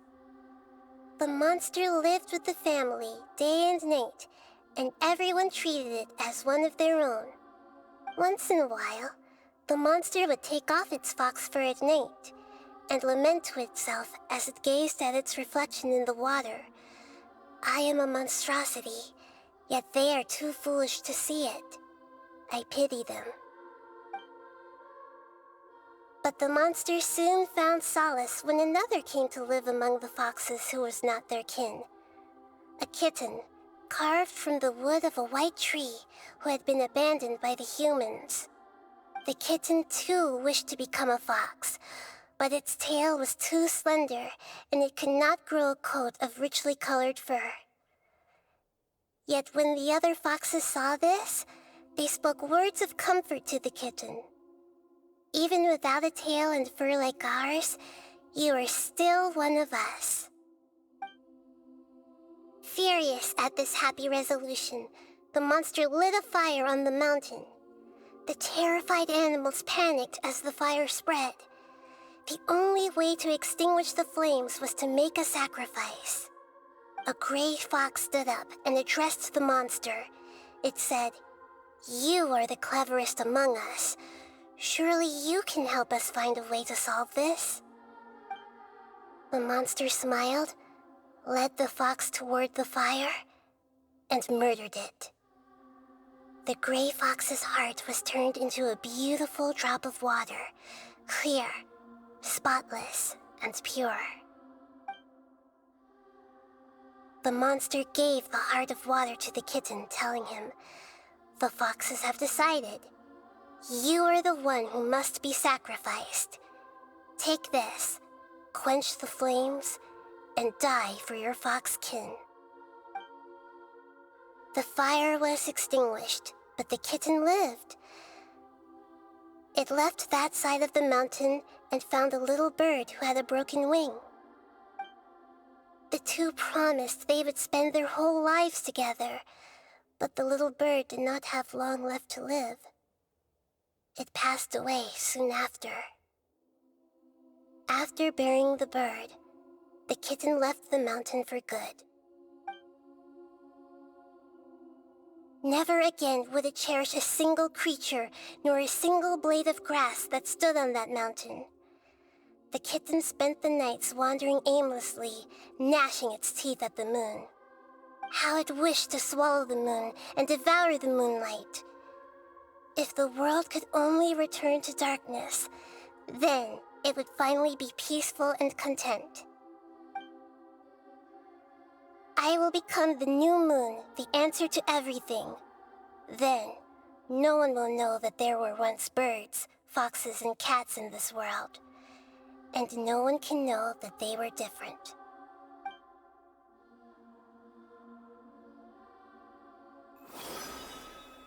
We solved it! I remember now. This is not just the Balladeer's story. It is his very own memories. I made a backup so that it would be preserved no matter what happened. To become a god, he was experimented on and modified countless times. It was brutal torture, and the only reason he was able to survive is that he was a puppet. This memory was extracted from him by the scholars. Presumably, they kept it to have something to defend themselves with. Creating a deity was just the first step. Some of them wanted to be able to control it. That's why they backed up his memory for later use. I buried it deep inside one of my own dreams, and then hid it inside an allegorical story so that it wouldn't be altered. It's hard to believe that this person really existed, let alone that he tried to get rid of us on more than one occasion. Paimon has no memory of him at all. He completely vanished like a puff of smoke.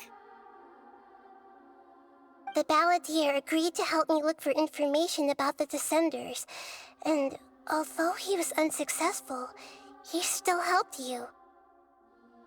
Before he vanished, he confirmed an important detail, that Conria was where your twin first came into this world.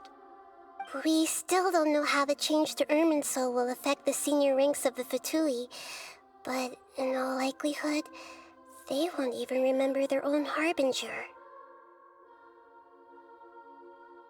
It sounds like Paimon wouldn't like this guy a whole lot if he was still around. But still, Paimon doesn't like the way it all ended that much better. This is why wisdom alone cannot answer all our questions. We look, we see, and we comprehend, but the question still troubles us. So the answer is not everything. People yearn to find the truth and then conquer the troubles they face. When you give someone the truth, you give them a chance to choose their own destiny. To others looking on, this may seem like a pointless endeavor, but for him, the chance to act on his desire to disappear must have meant a lot. Never forget that even when we walk beneath dark clouds along a road filled with suffering, the light of wisdom is always there, guiding us toward a better destination. And that is what you have been doing all along. Yeah, Nahita's right. Cheer up! How about we go get something to eat? We can pick up this heavy conversation again later. Good idea. Paimon, why don't you take him out for a walk to clear his head?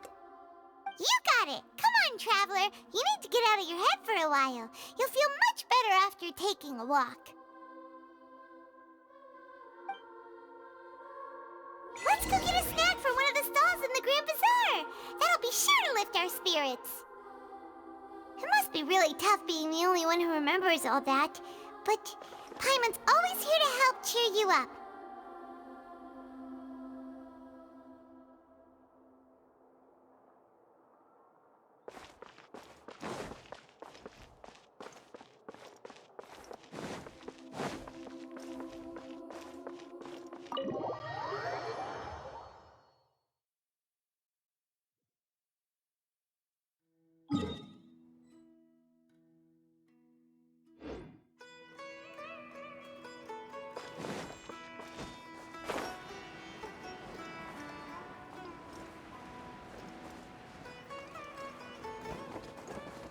Follow the wind.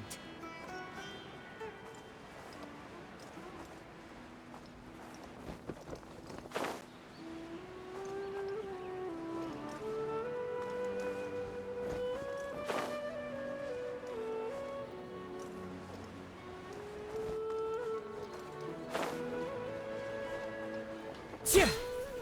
Time to go.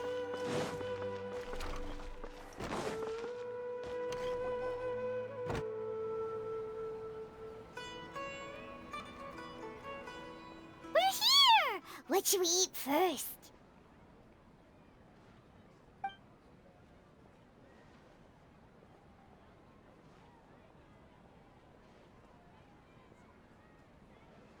Hey, are you gonna answer or what?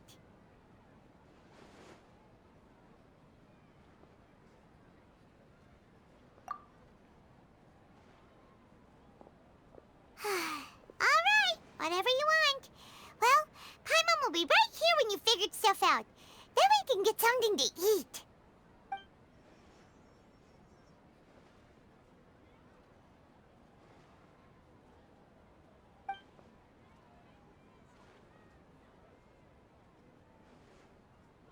What is it? Have you figured it all out?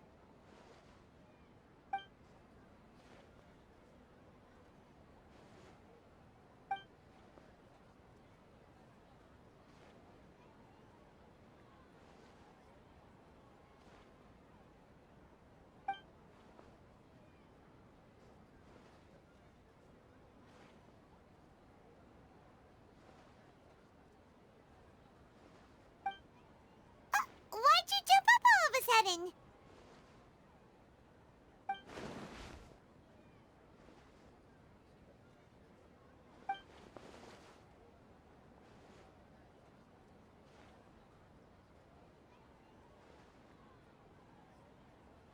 Excuse me, boss. There seems to be a small problem with the last bill. Look, here.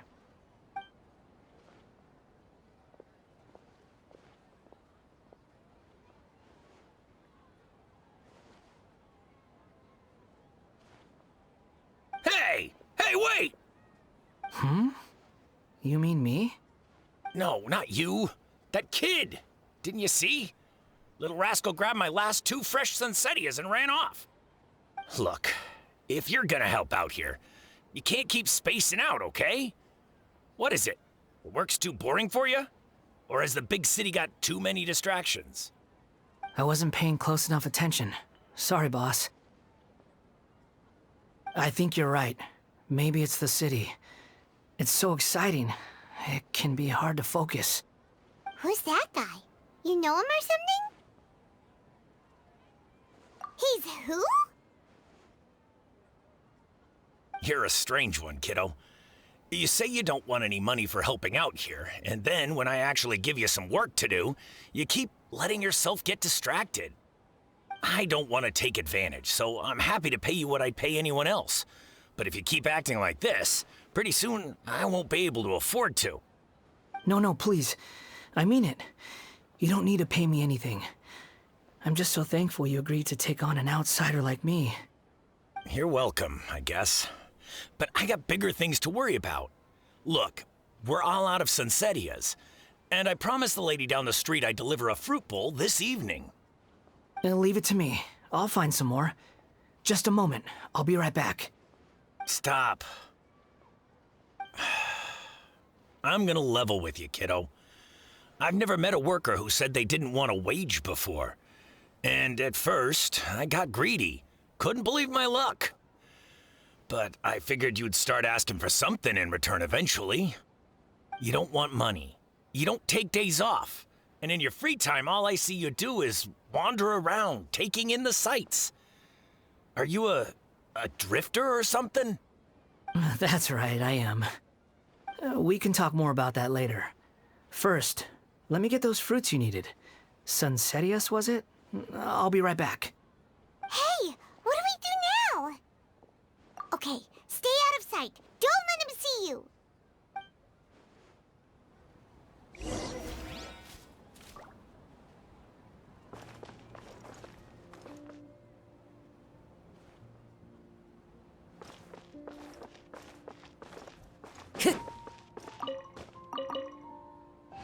I've got great food and great drinks that every...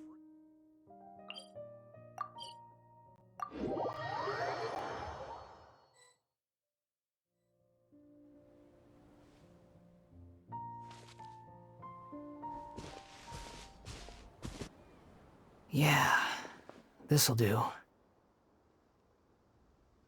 though you say he's the balladeer, what are we planning on doing? Stealing his Sunsettias? Isn't that a bit too cruel? Oh, all right. This should be enough. Guess I should wash them before I take them back.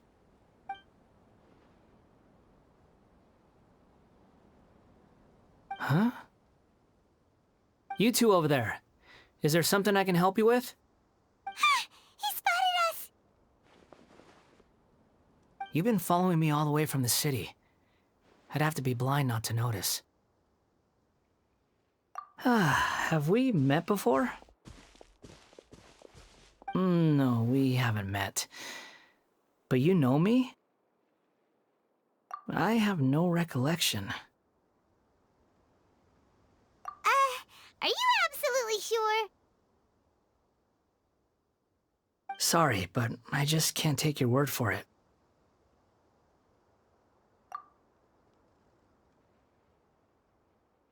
A puppet? What makes you think that? Huh? You were right! The look on his face!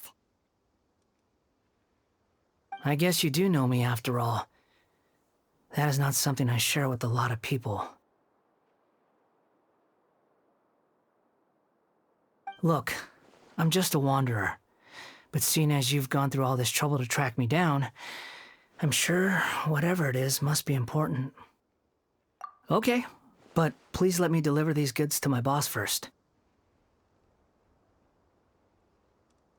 Are you really working for that guy? He said you don't want any more for it. Is that true? Yes, I ran into him out in the wilderness during a storm, and he let me take shelter in his cart. In return, I said I'd be his helper for a while.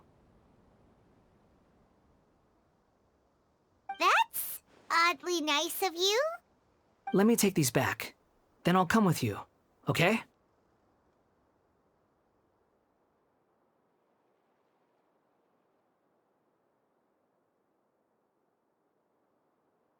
Then let's return to the city.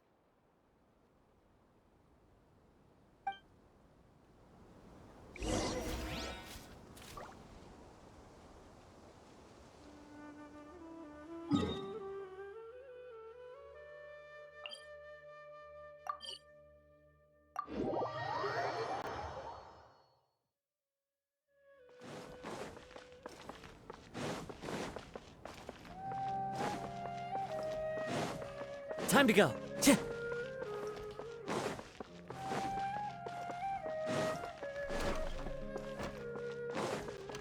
Time to go. Here you go, boss. I'll leave them right here. Oh, you really went and picked some more. Who are these two? Something's come up, and they need to borrow me. Sorry, boss. I'm afraid I'll be away from the stall for a while. I was just about to pay you anyway. Go wherever you want, kid. Don't waste your time here. What? I get it, okay? You just wanted to help me out, to thank me for giving you shelter from the rain that day. Even then, I don't understand why you're so adamant that you don't want any pay for it. But look, it was pouring down, and there you were, sauntering along without a care in the world, like you had nowhere to be and didn't even care that it was raining. Imagine you were me for a second. It's a little weird, right? Why is this guy traveling during a rainstorm if he's not trying to get somewhere? And why is he taking a shortcut through the open country if he's not even in a hurry? But anyway, taking you in didn't put me out even slightly. You don't owe me a thing for it. Certainly not all this. Your time is valuable. You know, you should go live your life. But I don't...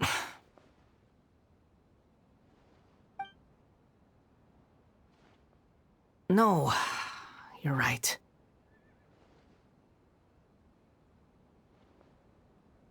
Then I suppose this is where we say goodbye. Thank you again for taking me into the city. Don't mention it, kiddo. I've run into all kinds of characters over the years. I just hope you find your path. Thank you.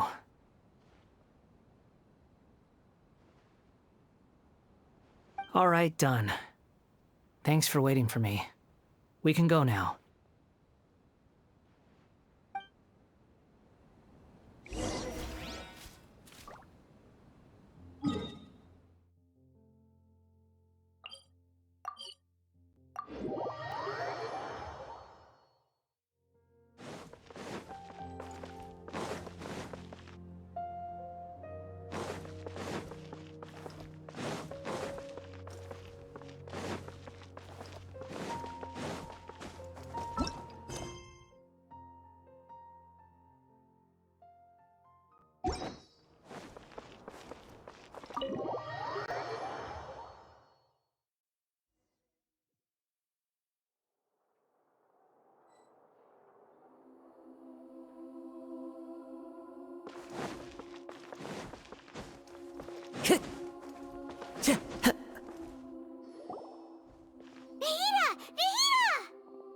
What's wrong? Huh? Are you? Hello. I do apologize for the sudden intrusion. We found this guy in the street, but he doesn't seem to remember anything. So, yeah, quite an eventful walk.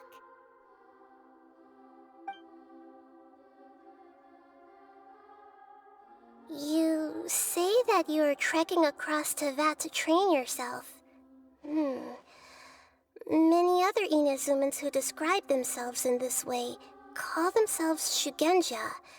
Why do you refer to yourself as a wanderer? Well, it seems more relevant in my case. To me, it sounds like a plant with no roots. But these two claim that they know me, and that I have a hidden past unknown even to myself. I wouldn't call it the past, but rather... this is a difficult one to explain. I don't like to rely on using terms like this often, but in your case, it seems that it ought to be called, previous incarnation. Oh, like a past life or something? Yes, something far more distant than the past. So far away that you cannot perceive it. Okay, I have to ask. What was I like in my previous incarnation?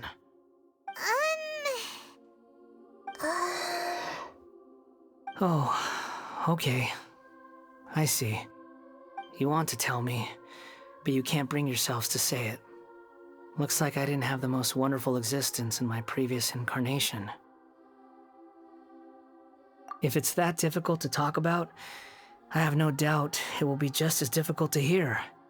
But I'll be able to handle it. Please, tell me the truth. Is truth something you care a lot about? Yes.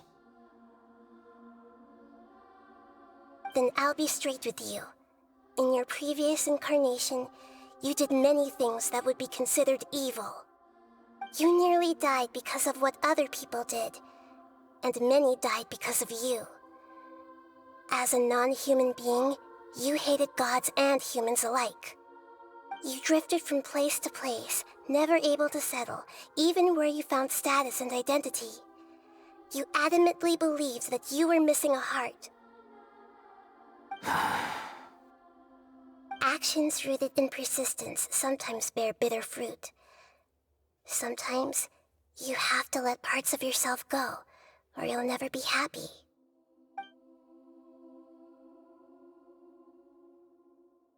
I gave everything I had, but it barely changed history at all.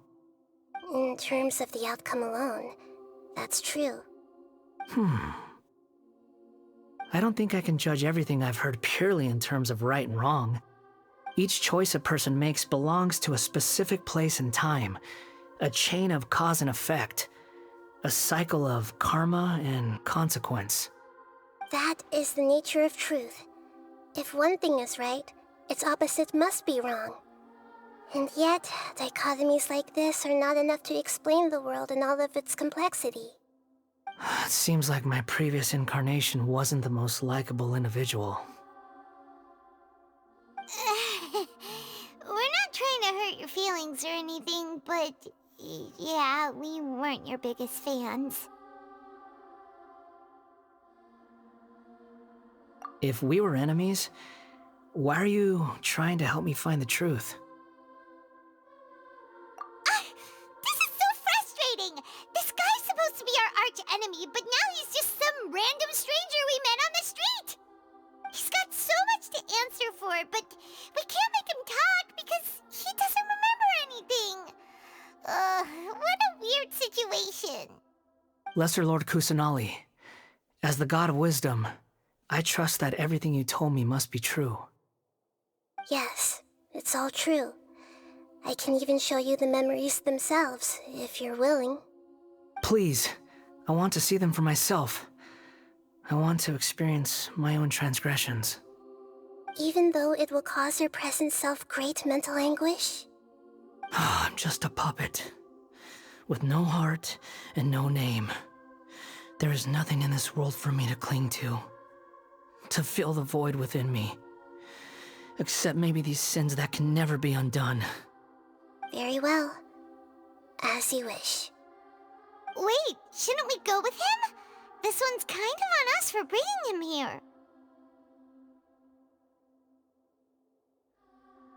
Don't worry. Whatever danger I might face, It's my burden to bear. Traveler, could I ask you to supervise him on my behalf?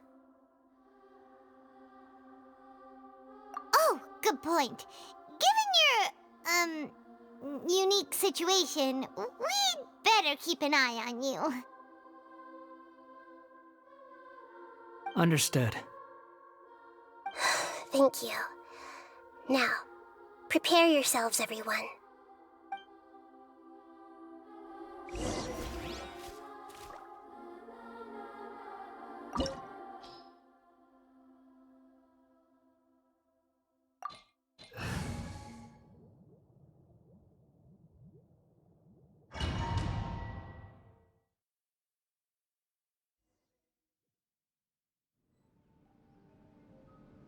This looks like Inazuma. Right now, you're in a dream I created using information extracted from your memories. These memories will show you the raw truth, but be aware that enemies may react just like in the real world. Please be careful. Sounds like an immersive experience. It's a good thing we came along. You don't need to do this for me. I don't deserve your protection. We never give up halfway. Well, we had to once, but that was your doing. All right. Thanks. Wanderer, this is the Shake Pavilion. In your Balladeer incarnation, this is where the Electro Archon placed you after your creation. You had a great many memories here. Is that because this is kind of like his birthplace? You could say that, in a sense. You'll see why shortly. I hear footsteps. This place is huge. I can't believe the landslide didn't fill it in. I wonder who built it. The Crystal Marrow Miners? No, there's no way. Look at this exquisite construction work, and so well preserved, too. No mining crew would be capable of this. There's someone passed out on the ground. Who are you? You're awake. What happened? How'd you get stuck here? Are you injured? Huh. Not a scratch. And these fine clothes. Who are you? This man is Katsuragi, deputy to Torichiyo's adopted son, Mikoshi Nagamasa. He found the Balladeer in Shake Pavilion and took him back to Tatarasuna. And the rest is history. Well, it used to be. In the original version of events, Katsuragi was ultimately killed by Nagamasa. Let me get you out of here. Our people are nearby. Hang in there. During the Tatarasuna incident, Niwa was murdered by the doctor disguised as a mechanic. The Balladeer, then known as the Kabukimono, disappeared not long after. As the second in command at Tatarasuna, responsibility for what had happened fell to Mikoshi Nagamasa. But Katsuragi had sworn lifelong loyalty to Nagamasa after the latter had once saved his life. At Katsuragi's insistence, Nagamasa killed him to put an end to the Tatarasuna incident.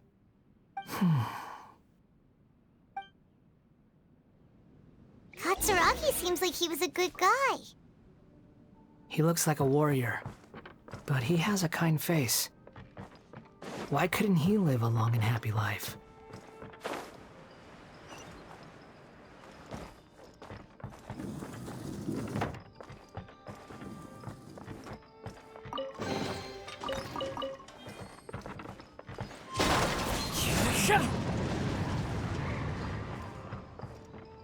Nagamasa, I found this young guy in a cave sealed off by a landslide. He doesn't remember his name. Well, we need to call you something. I hear the workers are calling you the Kabukimono. That's fine with me. Katsuragi, report to Niwa. Tell him we have someone new joining us.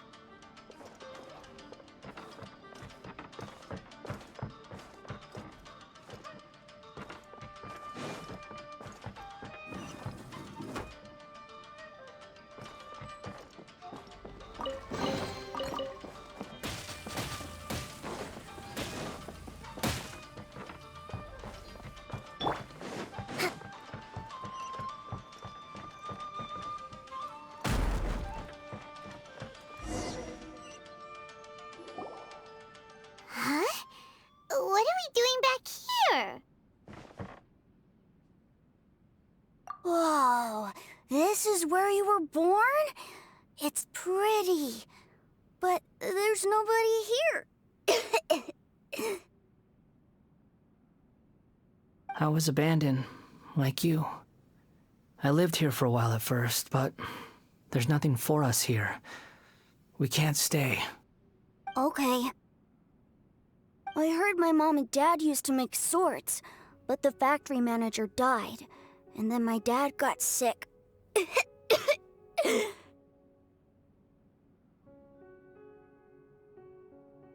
He kept coughing all the time, just like me. Then Mom started coughing too. But you can't. You promised me. Yup, we're family now. We're gonna be together forever and ever. This child didn't have a name. Or rather, the balladeer didn't know what to call him. His father died before he could name him. After his mother died, the child stayed in their straw hut alone. Some of the neighbors helped to raise him. After leaving Tatarasuna, the balladeer ran into this child who didn't have a name, just like him. They made a promise to live together. What happened to the child then? He died from his illness while he was still very young. The balladeer came home one day and found that he had stopped breathing. Hey! What's wrong?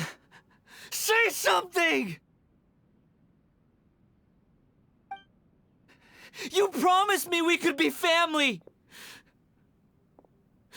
You're no different from Niwa and all the others.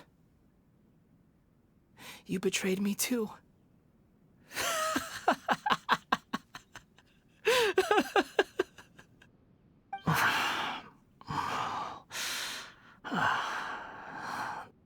The voices have gone. It looks like the memory ends here. Let's keep going.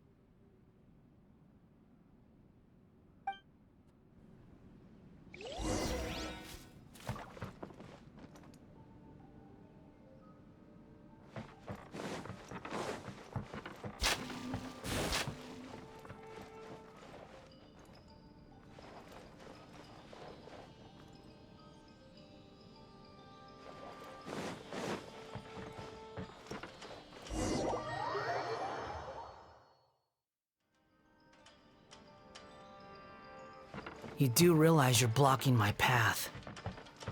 I come not to obstruct you. I've been waiting. What you are truly is a weapon. One that could be wielded with an iron will. Or you could continue to drift aimlessly. Are you trying to win me over? The long-fated rebellion has begun. Why not take your place at the banquet and join those who shall feast?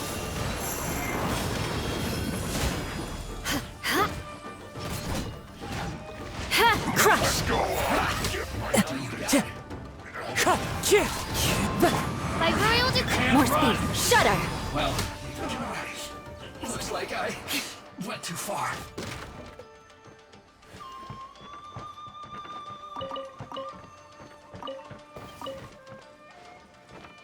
Beg for mercy.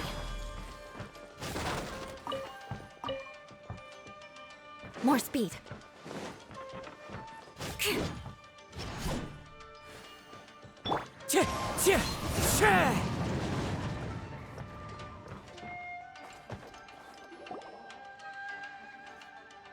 This place is dark. Paimon knows this place. It's the Delusion Factory in Inazuma. In the original version of events, the Traveler once encountered the balladeer here. Such a creepy atmosphere. And so familiar.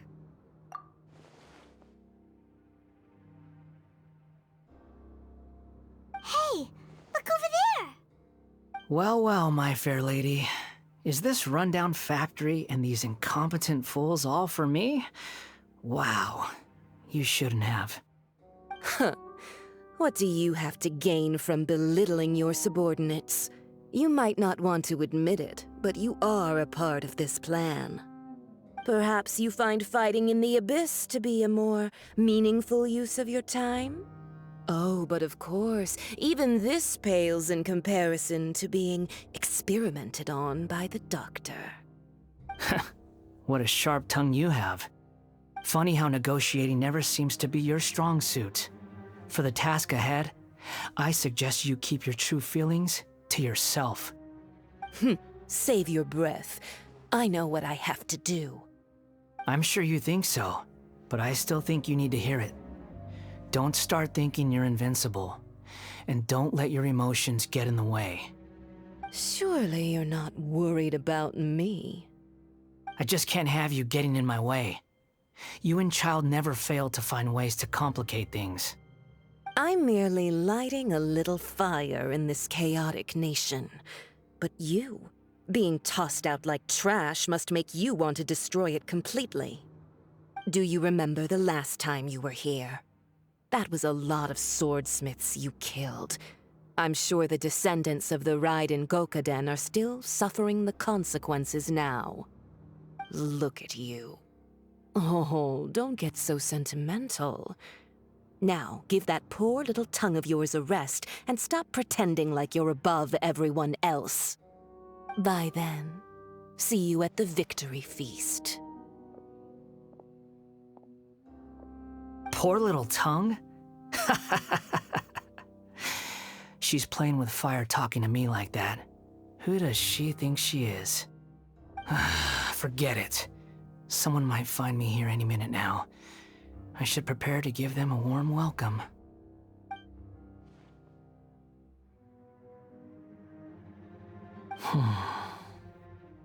The plot does not end here. There is more of this story to come. Wanderer, are you able to continue? Yes. Please don't worry about me.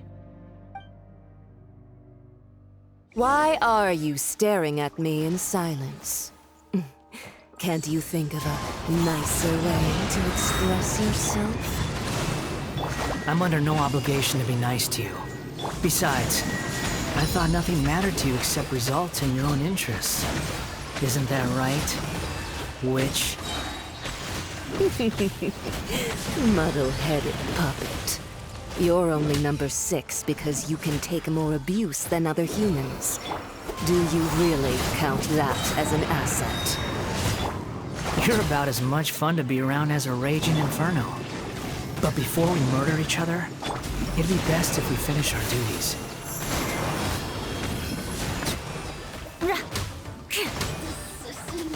Crush!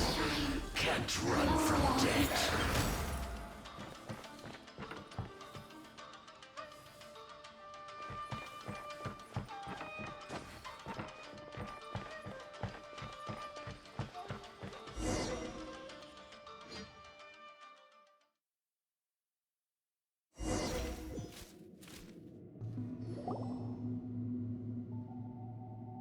Looks like we've arrived in Sumeru. Is that? Considering that Amorta's sage, Nafis, refused to join this project, I'll take part in the experiment in his place. Welcome. I look forward to a fruitful collaboration. When do we start? You seem impatient. You should know that becoming a god is far from a trivial affair. The biological transformation is a lengthy process. As such, I too would recommend that we commence as soon as possible. In the event that a successful connection is established, his body will become permanently bound to the machine, and he will be unable to move independently of it. Nothing worse than what I've been through before then, Doctor. You were the most resilient test subject I ever came across. Thanks to you, I was able to garner a great deal of information. Alas, after that, you were under orders to remain in the abyss. We barely saw each other, and it became difficult to further refine the knowledge I had gained. That was gracefully worded. Ever wonder what they think if they knew that nothing matters to you apart from your crazy experiments? I suggest you speak to me in a more respectful tone, Scaramouche. The mere fact of your utility does not make you indestructible. The doctor again? That was uncomfortable to watch. That person gives off a very sinister energy. It's normal for him to give you the creeps. He scares the bejeebers out of Paimon. Let's move on.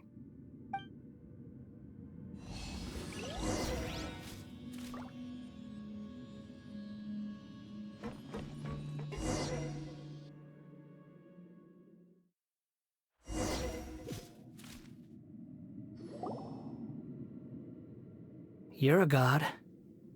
Do you think I'm evil? If you accept that he is you, just as you are you, then yes, you are evil.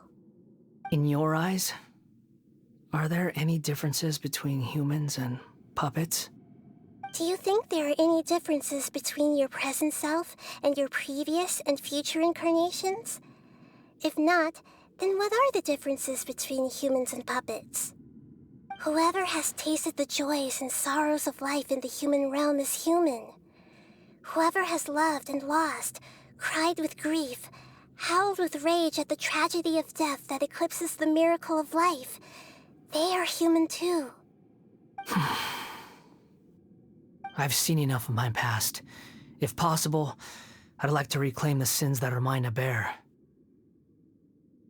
No matter the consequences, I won't run from blame or punishment. Whatever I am due, let it come to pass. Can you return my memories to me? Huh? But won't that mean you'll lose your current identity?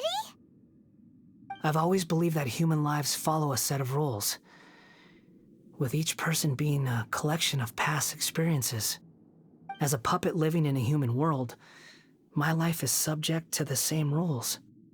Regaining your memories means reverting completely to your previous incarnation. All the emotions that you discarded will return to you. Are you sure you want to do this? I've lived with the void in my chest my whole life. My creator didn't need me. And ever since I awoke, I've just drifted from one place to the next. But then I met you. And I finally realized that reclaiming my missing sins might be my one opportunity to become my true self.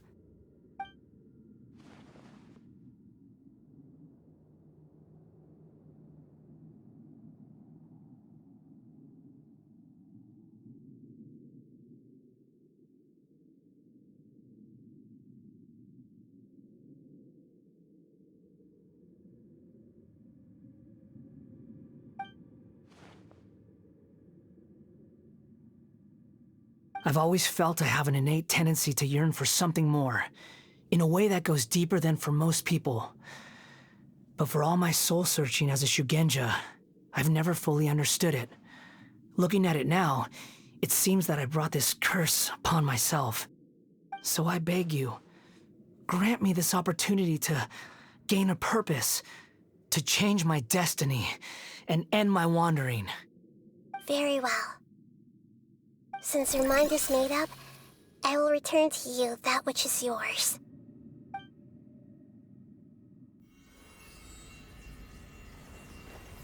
You have made your decision. Now, take this.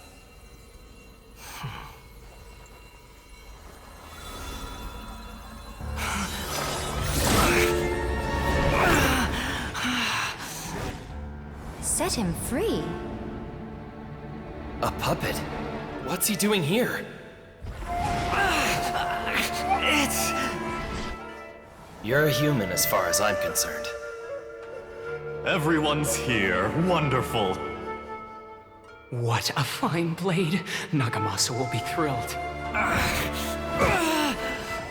This is my...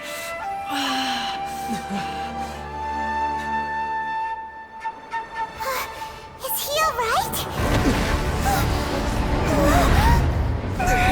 No way!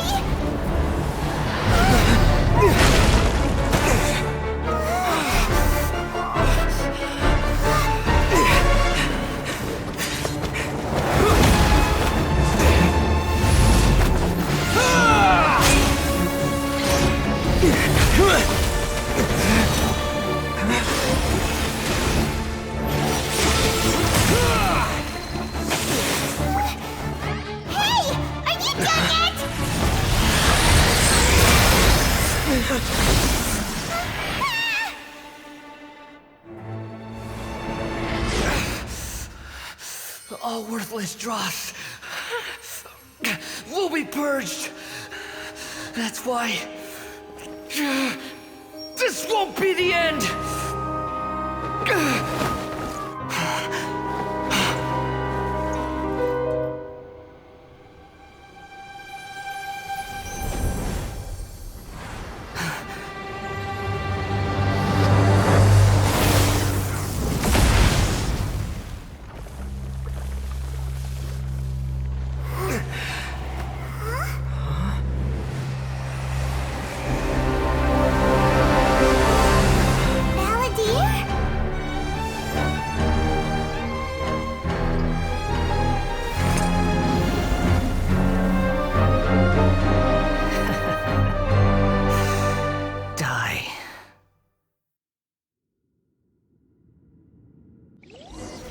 This is trying my patience.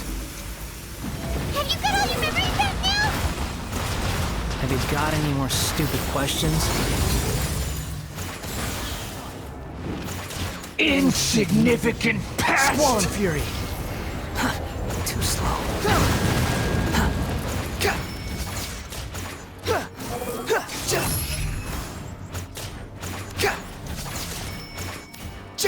Feeble human!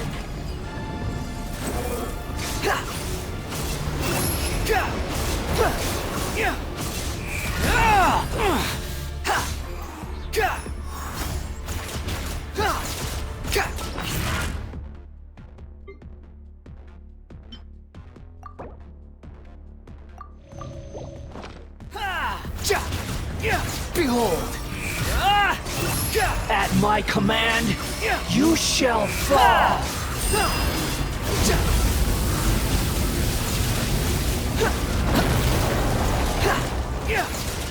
The wind rises. My endless cycle begins! Cry louder!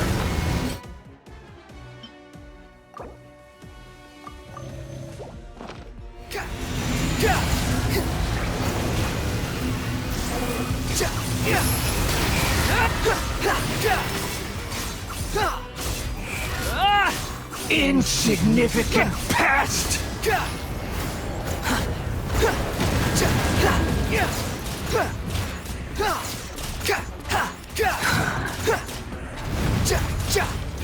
Swollen Fury! Churn!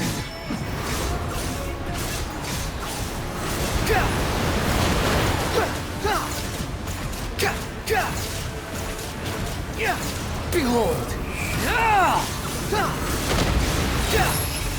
Perish!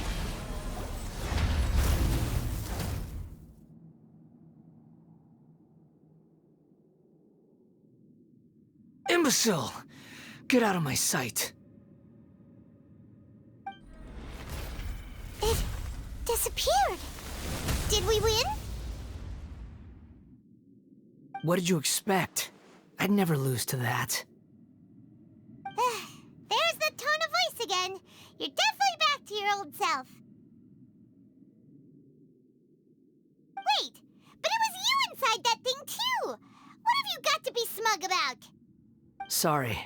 I'm harsh on myself and everyone else. Just the way I am. You sound like you're concerned about me.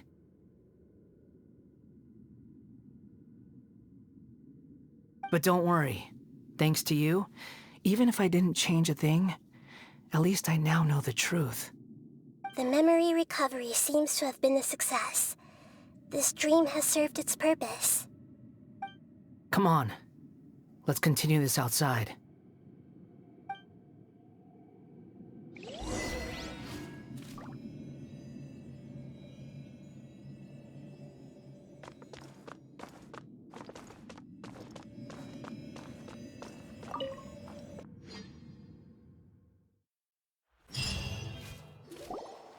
Welcome back, Traveler, Paimon, Balladeer. It feels like we just went on a really long journey. Paimon's exhausted. You don't like being addressed by that name? It's fine. But I was just thinking, I should probably change it.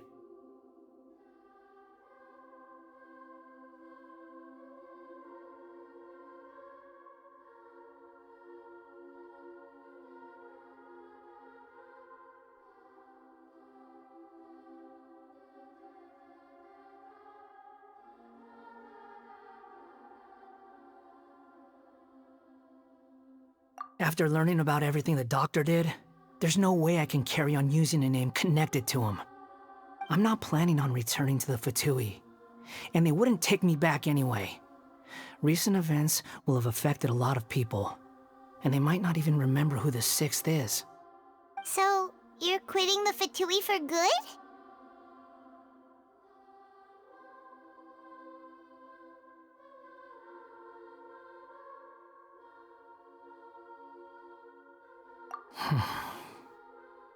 It's like you said, Lesser Lord Kusanali.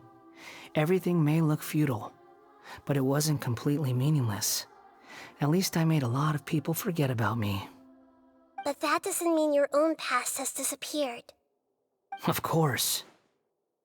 And your main goal, for which you gave up everything you had, you weren't able to achieve it. I hope you can see and understand that. Changing the world, changing the past, changing the fates of other people, these are not simple things to accomplish. What you were looking for is complete annihilation. But this is just a fantasy. Even if the Balladeer is removed from existence, the world will not heed your will.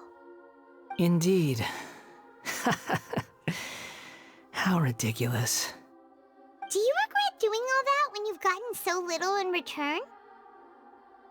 Even if I'm completely worthless, there's nothing in the world worth regretting. Lesser Lord Kusanali, you purposely left that information in Irminsul, didn't you? Yes, and I took pains to make sure that you'd acquire that information naturally. Why would you go to such lengths? You trying to win me over too? In all honesty, your past experiences have made you a useful asset to Sumeru and to me. Winning you over was indeed a part of my plan. But before that, I wanted to tell you the truth about your past. If all I wanted to do was use you, then I'd be no different from the doctor. Very clever. I guess you could say that's one of my virtues. Utility to others is what gives me worth. So if embracing my sins is what it takes to make me useful again, so be it. Oh right, I almost forgot. You're the good guys. You're into justice and all that. Sorry if I have a slightly different perspective on things, but I don't feel like I've been duped. The wisest leaders are fated to end up with the best helpers. I can live with that. I'm glad you're able to think of it in that way. Traveler, in the future, I'll continue to search Irminsul more deeply and see what secrets can be uncovered. Including the beginning of your twins' journey recorded in Irminsul. What exactly happened before and after that point? I want to know as well. I will try. Traveler. After I dove into the information torrents in Irminsul, why did you go to Inazuma? So that's how you found out whose fate had changed. And how? Well, whatever your reasons, you did me a favor, and I'll do everything I can to pay it back.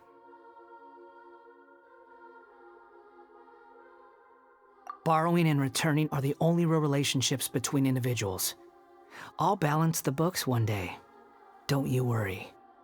That's not true. A relationship between two people is not simply a ledger that can be reset to zero.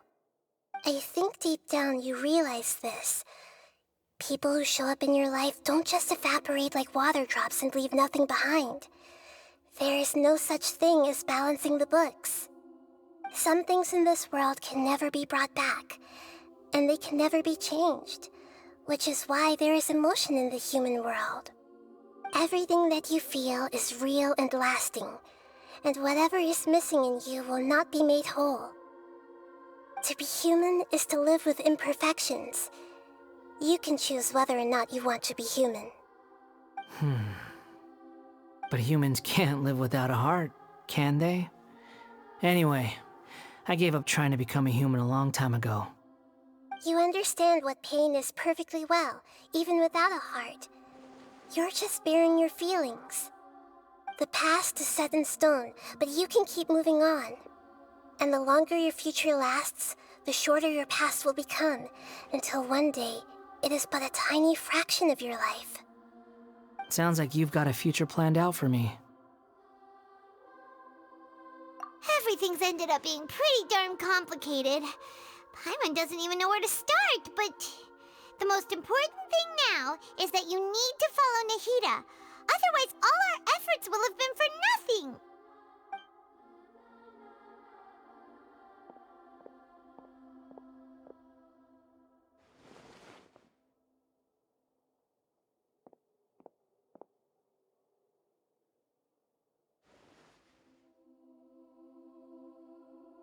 Then I guess I'll be helping you from behind the scenes from now on. I'm glad that you've accepted our proposal. Why don't you choose a new name to celebrate? Ooh! Paimon wants to pick an ugly nickname for you, too! Why? Because Paimon still doesn't like you that much. Then I hope we don't see much of each other in the future. A name is life's first gift. You didn't say it out loud, but I know that's what you're thinking. The Traveler and Paimon have helped you a lot.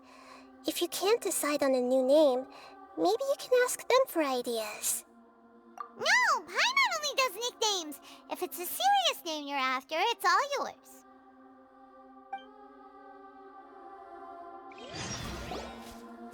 Have you got anything?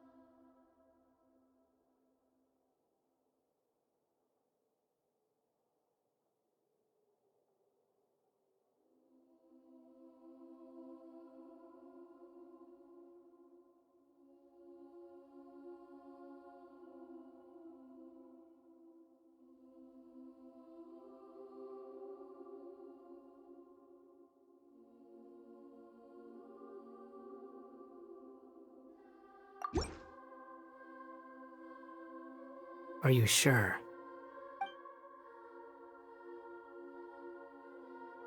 Oh, all right. If you say so. There. Now you have a name of your own. What about a nickname? Are you done yet? Still thinking. Stop rushing me! Take your time. I don't need to see you again until you've thought of one. Everyone who manipulated me and made me suffer will have to pay the price. You mean the Fatui? The doctor, at least. Now that your stance has changed, I believe your future path will change accordingly. But it won't be immediate. You still need some time to compose yourself. One more thing. There are still some descendants of the Raiden Gokuden living in Inazuma. Some of them know. Well, they ought to know about the connection between Raiden Gokuden and myself. I don't plan to leave Sumeru for the time being. If you see them in Inazuma, please tell them that I was the one responsible for the Raiden Gokuden's downfall. Even though the events have been erased from the world, they still deserve to know the truth. I see. That is up to you. Huh? But if we do that, then... It's fine. Let them stab their blades into my chest if they so desire. Maybe that's how it always should have been. No nonsense. I like it. All right, let's call it a day. Goodbye, wise deity. And you too. He's gone. What he went through today would have been like living an entire lifetime in an instant. He'll need some time to calm down. Yeah, true. But even so, after everything that's happened, he doesn't seem quite as fierce anymore. So we can finally go eat? Paimon is starving. Thank you both. I hope you will find somewhere nice to go and relax for a while.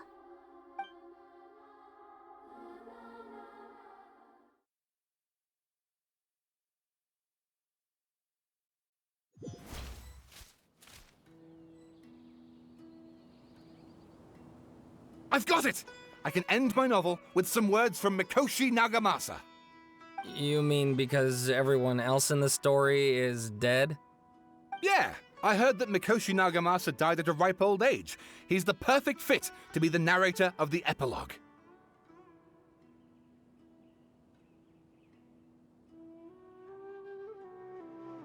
The dark clouds had dissipated, but they continued to cast their shadow in Mikoshi Nagamasa's mind for decades to come. Then, one night, as an old man, he had a dream. On the night when that prized blade, the Daitatara Nagamasa, was forged, the people rejoiced, and there was painting, dancing, and drinking. All these expressions of joy melted down in the furnace fire and turned into red clouds that rallied around the final sunrise that Mikoshi Nagamasa saw in his lifetime. Life is a story too long to be told, a journey that you must walk to behold.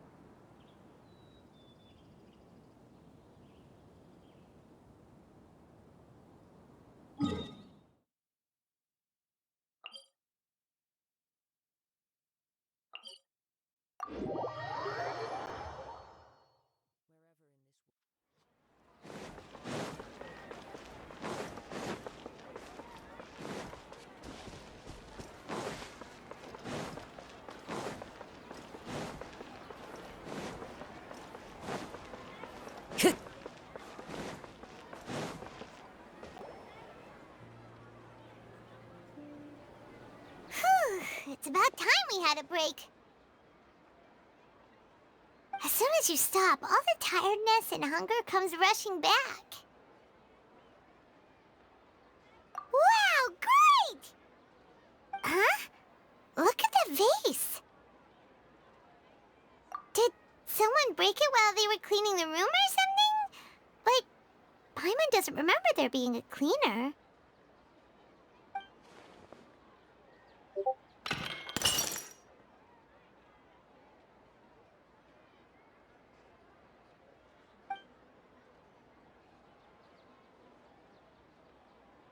You sound lost and confused.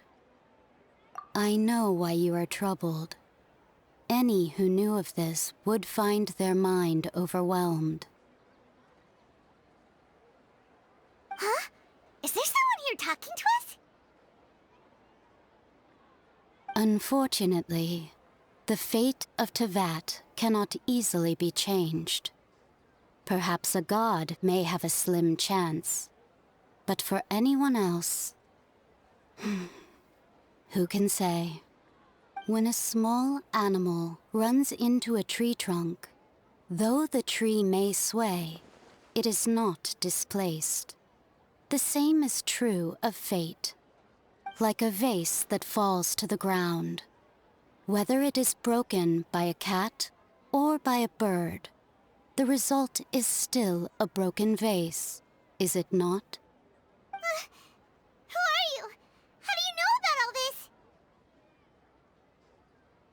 History does not change easily, but human hearts can. Believe your own eyes. Only that which you see is true. What is unseen is but an illusion.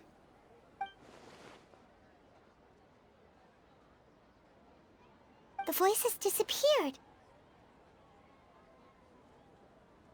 And who the heck was that? And what were they doing coming out of nowhere and saying all that scary stuff?